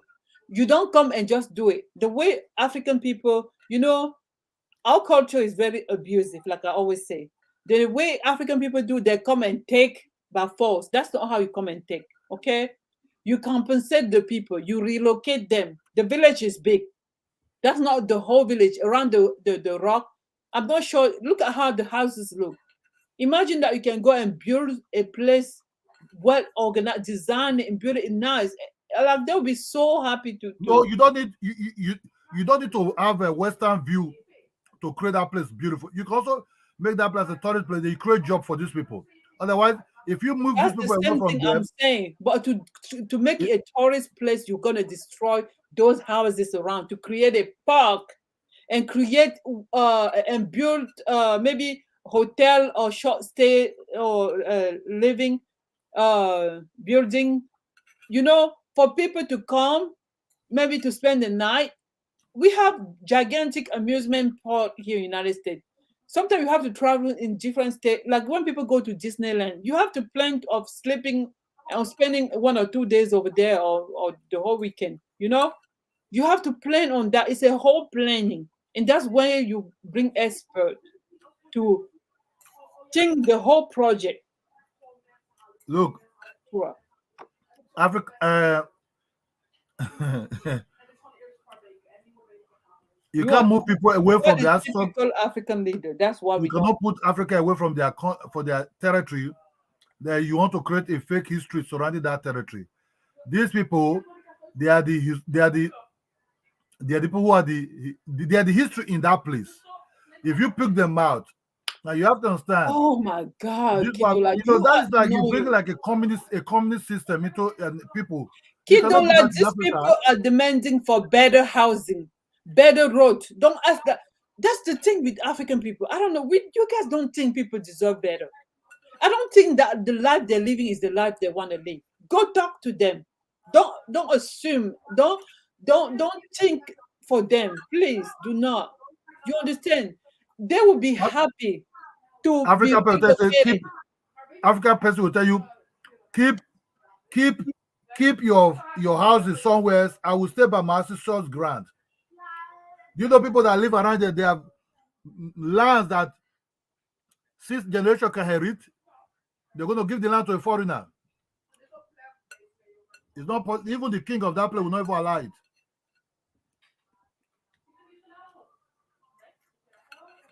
You know? Yes, Kidola, I'm not going anywhere with you. You don't get it. Okay, sorry. You talk about Ghana. Ghana is a tribal society. You know that. I don't even know what you mean by that. Tribal doesn't mean that it's not gonna. Okay, Black Americans are coming there. Ghana is a tribal society, yeah?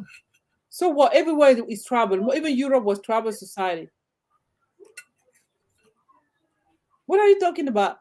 This is the mentality that is keeping us behind. We are so anti-progress. My sister, what kind of food are you eating? I'm not eating anything. I'm over here. What kind of food do you eat in America? I eat anything. Like I have adopted. I mean, there's some food from here that I eat. I eat my traditional food too. You know. Okay. I eat how do you guys say ogomo or whatever that is? I eat egusi soup, ogomo soup. I eat moi moi. What is ogomo soup? Is it like or how does it look like? It looks like black soup with some leaves in it, some dry leaves that you guys cook and mix it with. Okay. So you see, you didn't forget your root. You live almost similar, like I think majority of your food will be African food. Kidola, right? When we talk, right, try not to think about to have an individualistic view of what I'm saying. When I talk about us, I talk about globally. We don't have to be the same to live peacefully in harmony and live in a beautiful environment. You can create an environment in which you accommodate each person, you know, and make it. Look at United States. United States is a melting pot. There's no other maybe country that has everybody from different background like United States. You but know why? there are laws and orders that make everybody like stand up straight. Have you been to England, UK? I haven't been. When you go there, go and tell a Scottish man you are English. He'll be very annoyed of you. Or worse, that you are English, you'll be very annoyed. So this is a tribal society. Only that what happened as a win. You don't think that your village deserves like good roads? That each person village deserve to get home at his house safely? You don't think that?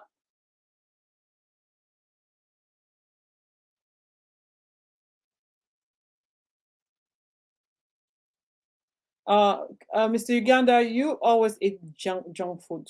You know, you always talk about I'm going to eat my burger, I'm gonna eat my whatever ice cream. I'm like, just Mr. Uganda doesn't cook. But anyway, I just wanted to show you guys some of the greatness of Nigeria. I really like it a lot. I like it a lot. You like what?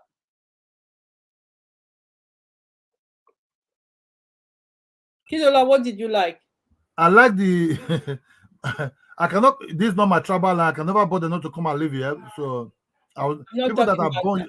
I'm talking about a project, like national project. You guys have greatness in Nigeria. God has blessed Nigeria so much, but to me, Nigeria is the representation of the African failure. That you guys like, because we behind Nigeria, right? In our country, people look up to Nigeria and be like, oh, we want to be. Oh, look at Nigeria. Nigeria have big private jet. Nigerian people are rich. When I look at Nigeria and see what a country in which people are rich is doing, it doesn't give me any hope that I'm a country, even when people have money, that it's gonna get better. It's gonna look like Nigeria. Nigeria is so dysfunctional. Some people have private jet. Some people over there drinking dark water. That should have never even been possible. Like some people over there drinking no, some people are like so intelligent and smart in first world country, like inventing stuff, like being celebrated. Meanwhile, in their home country is misery. And trust me, I always tell African people, no one is gonna look you past the place you came from. It doesn't matter if you were born in the United States, born in UK, or born whenever. But when you are like your parents are Africans and you say you're from Uganda or from Nigeria, what it kind of like what comes in their mind is how Nigeria look. It doesn't matter if you have a mansion, you live in Beverly Hills or Silicon Valley or whatever. It doesn't matter. They look at you and they just see Nigeria in their mind. That's how my patients are. They're like, "Where are you from?" You're like, I'm from Cameroon," and they'll be like, "Oh, where is it?" When I tell them, they'll go Google Cameroon and just see images. So we have to build our home country. To be honest, you are very right. You are very right about that. Thank you. Yes, I will not sugarcoat. You're very right. These people that drive private jet in Nigeria, why the larger population are suffering. You understand? When you build a good community, I mean, even yourself, you live, you have a better quality of life. You live a better, because I don't understand how you guys have all that in Nigeria. Listen, I came to Nigeria, right? My husband's friend it's a big man, like he live on the island. But listen, Kidola, I live over there. Like I was gonna be there for 1 week, but we end up staying 2 weeks because there was a strike. One of the Nigeria air whatever was gonna carry us back to Douala was on strike.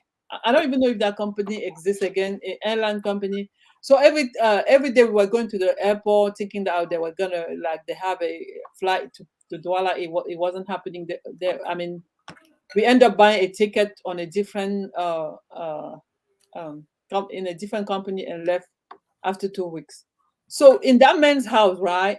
Yeah. The whole day we don't have light. He has that automatic generator that picks up when the light goes away. But I don't even remember seeing any light coming, any NEPA coming at all when we were living there. So we stayed during the day. We stay without any even if you have the best TV or the best Wi-Fi or whatever, you cannot use it because you have no lights. Like, it's so sad to me. That was the first time I came across something like that. Even me. What year? What year is that? Let me see. It was 2013. Okay. It hasn't changed. No. Most people use solar. I use solar. Oh, okay. Listen, so during the day, right, it does like that. The only reason why we stay without light in the daytime is because we have to let the generator rest, you know, so that it can pick up around 4 o'clock, 5 o'clock. That's what time they start the generator. It stay overnight because it has to like power the air conditioner and all that. That was crazy to me. And that man was so rich. Like he gave me basically a driver, like a guy that was just like, if I say I'm going somewhere, they will just take me. But the way he treats his people, oh my God, I was so disgusted. But I couldn't say anything. Yeah, because you came from America. That's what I'm saying. I don't like that. To be honest with you, I don't like when people treat me like You're that. right. Nigeria society is a little bit funny, no? I did not like that. I was so disappointed. I'm like, how much money you have? You're a big man. I mean, if he was retired from your from a big company, I'm not gonna say it, because if I say, you're gonna know who I'm talking about. But listen, he had this man that was my driver and my children's, and it was me, my children, and my mom. He would drive me everywhere. Anything I want, he would just like, they would just do it for me. But that wasn't how he treated everybody around him. No, he only treated me like that. Maybe because I was his friend's wife and came from I don't know, or also because I don't know.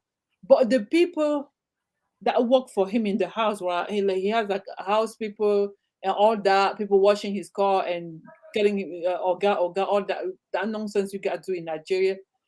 But he wasn't like, when he talks to those people, he talks to those people with so much authority, and he talks to those people very ugly, you know, like he was being a very passive aggressive with those people. I'm like, that's his real nature. That's how African people are, very abusive, very abusive. Even his children were so like arrogant. His children were arrogant. He has like 2 children, 2 daughters that school in United States and school in London, but he forced them to come back to Nigeria because he had a relation, he had connections, so they had good jobs in Nigeria in big companies. I'm like, I was disgusted, to be honest with you. I don't need none of that. You just have to treat everybody equally. I don't care if they have money. You don't deal with a politician, a very rich politician. That's why all your Nollywood funny people, I just look at them like they're not serious. But anyway, you say you like this video, right? I'm just gonna play I like it a lot. No, this can be a treasure. This is a treasure.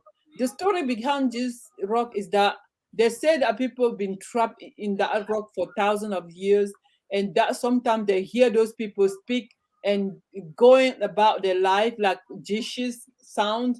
And there was a big, I don't know how you guys call it, big tree. How do you call that in English? We call it baobab in French. We had a big baobab tree. Do you call it baobab too? No. I don't know. A big tree, a gigantic tree that's been there for a long time. We call it baobab. So we have one like that in my mom's village, and they say there are people trapped in it. Sometimes you will hear people like like dishes sounds, and people are pounding yams. I will take off. And you know, good stuff like that. That's what traditions are. Do you think that other people that have their story is it proof? Nothing is proof, but that's just a myth. You know, you create. No, people can, because when I used to grow up, I used to hear that when I used to grow up that in my grandfather's house, that in the night things move because they bury a lot of people in that house there. You know what I mean?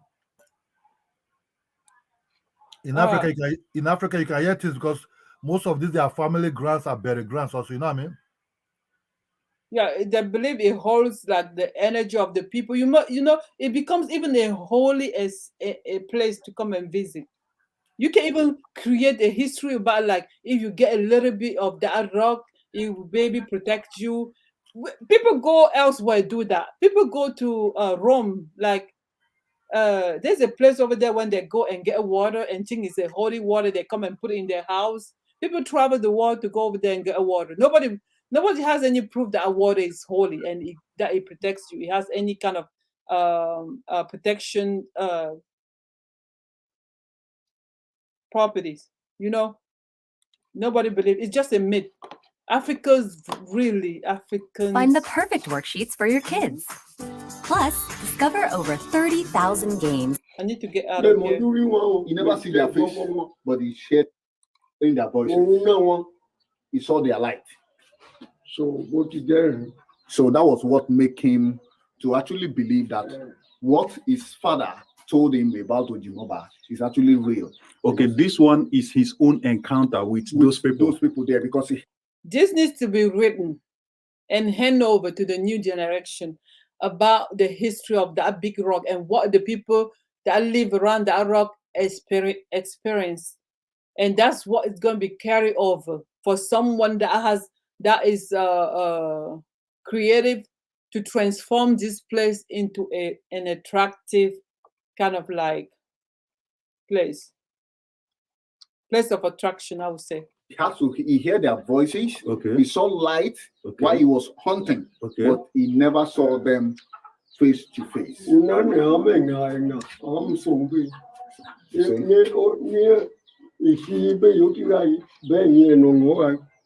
said the same way this part is the same way, it's the same thing at the other part of it. So you now see they now use something to hold the light up there. Okay, they use something to hold their light. Yes. Okay, but you can't see the people. You can't see the people. And him himself has been able to see them, hear them. Voice, okay. Not seeing them, but okay. hear their He voice. have encountered them, but he didn't see them. Yes. Oh. Can you ask him like how old is he and when was he able to encounter this?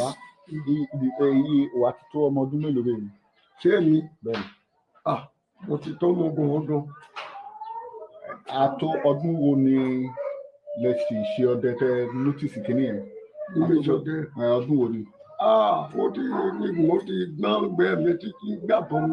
Okay. He said it's actually 100 years now. The man is 100 years and he started hunting when he's still young and agile. So that was when he noticed that. All the time when I was there filming this Ojimoba rock, I wasn't able to hear any sound. At some point, I did hear a sound though, and I was surprised and I was like, so this is true. But when I looked closer, I noticed there was a church down there and that sound was coming from that church. So I wasn't able to hear any sound.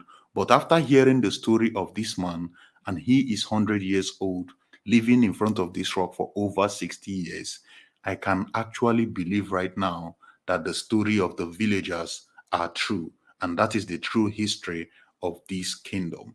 Right now, I'm going to take you to 3,000 feet above the sea level to the ancient kingdom of Idonre. And when we get there, there is a lot of things we are going to see. And one of the most significant one is the unreadable letter of the flood.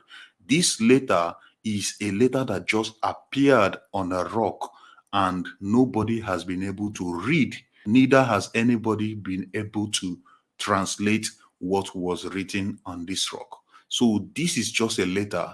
It is right there on the rock. When you get there, you will read it. You can't. To translate it, you don't. To even say what you are seeing, you will always get confused whenever you look at these letters. When you come to this Idonre ancient kingdom, that is when you start to see some magnificent things. You start to appreciate nature. In this kingdom, you will see hill on top of hills. Take a look at all these hills now. Now it's looking like that time when we were down, we were seeing hills. And then when you come to the hill again, you see hills. Take a look at hills on top of hills in the Idonre kingdom. This place is beautiful. Beautiful, beautiful. Heading to very close to the unreadable letter now. So where we get to see the unreadable letter, then from there, we'll get to see the wonderful rock. Yeah, rock. Yeah. The wonderful what? Rock. Road. Wow.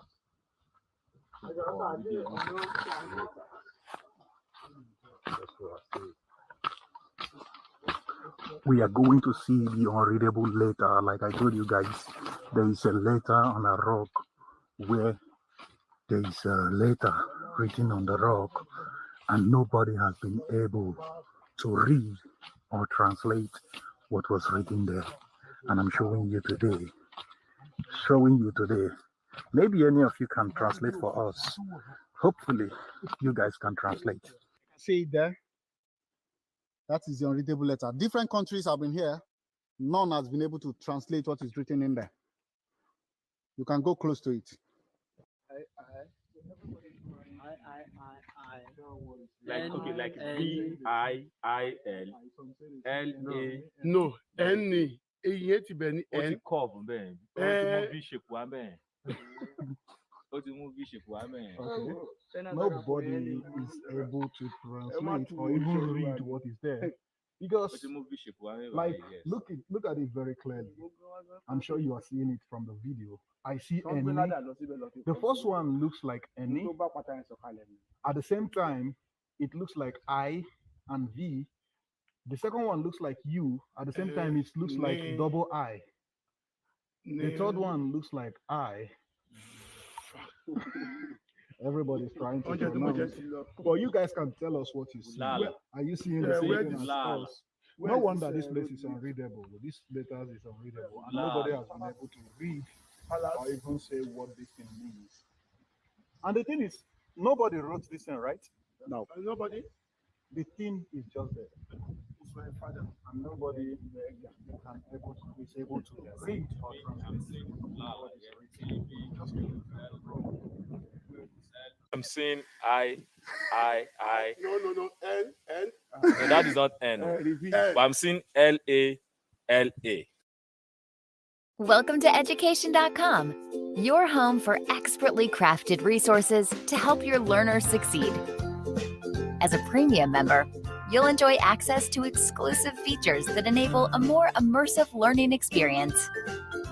With a premium membership, receive unlimited access to the largest online learning library with thousands of educator-created worksheets, games, interactive puzzles, writing prompts, science experiments, and more. Plus, get premium-only resources like answer keys, independent study packets, lesson plans, substitute teacher plans, and parents' guides. Play while you learn with guided lessons. Each guided lesson is a collection of fun songs, interactive stories, engaging games, and exercises that introduce new skills in perfect sequence and provide a safe space for trying.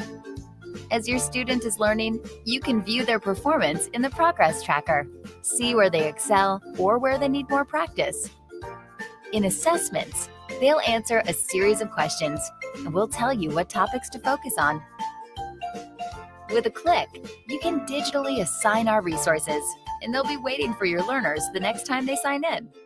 So much fun, they won't even realize they're practicing key skills for school. With education.com, there's no limit to what your learner can achieve. Get a premium membership today.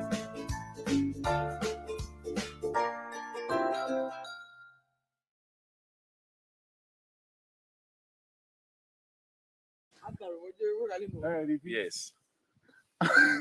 And the thing is, nobody is sure if that is actual what was written there.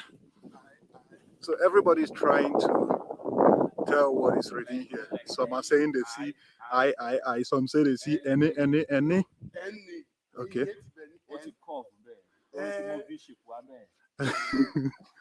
Sorry, guys, I have to Okay. leave. Nobody is able to translate, or if I have to leave. And I just came back. Kidola is gone. Yeah, I don't know. You guys want to watch this thing? This was read what is a there. very good documentary.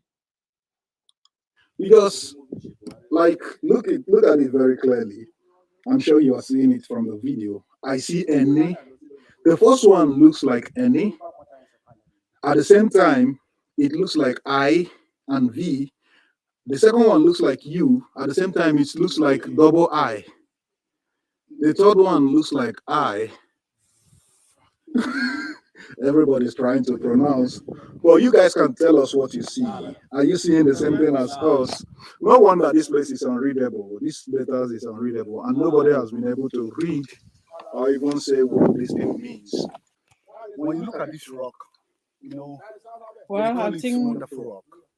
What makes it wonderful? You see as big as it is. When you get to this part of it, you believe it's falling to that part. And the amazing thing is, if you go to if you go behind it, you can bet it with anything that it cannot fall to this part, that it will fall to the other part. And you now wonder what is holding it. Just a little part of it is on the ground. That's why they call it wonderful rock. It has been there for decades and it's not falling. That's it. I think it has been there for centuries. Centuries. Yeah, I say that. And it has been like that.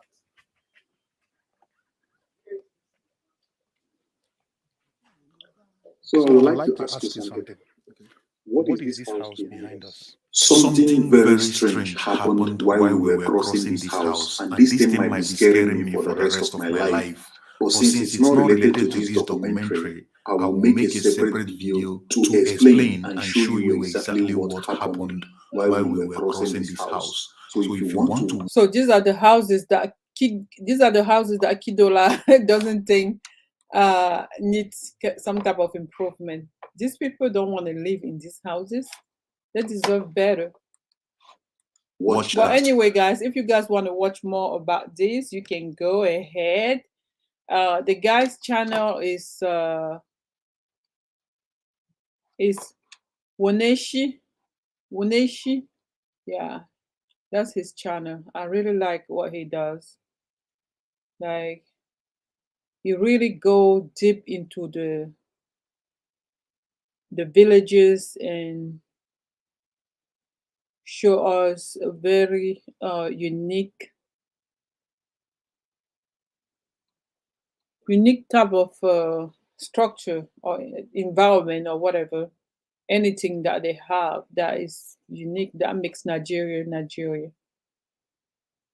Very, very, very good. No wonder this video has so many views in 1 month. Someone say, oh, whoa, I would love to do this tour, but England is too far away. Spectacular, beautiful place. Good place to visit. You see, everybody thinks that it would be a great place to visit. What a beautiful place in our land. We are blessed in Yoruba land. It's not about Yoruba land. Don't start being trouble here. We are blessed in Nigeria. You should say it like that. Because when you start saying we are blessed in Yoruba land, it's to say that other people are not, other tribes are not. I'm proud of my homeland, in Den Remi, whatever that says. Can't wait to watch all your videos. Your comment is amazing. I would definitely visit Nigeria soon. I feel like the way I'm moving, I might as well claim to be Nigeria. No place like home. Yeah, you guys are proud because he showed it to you.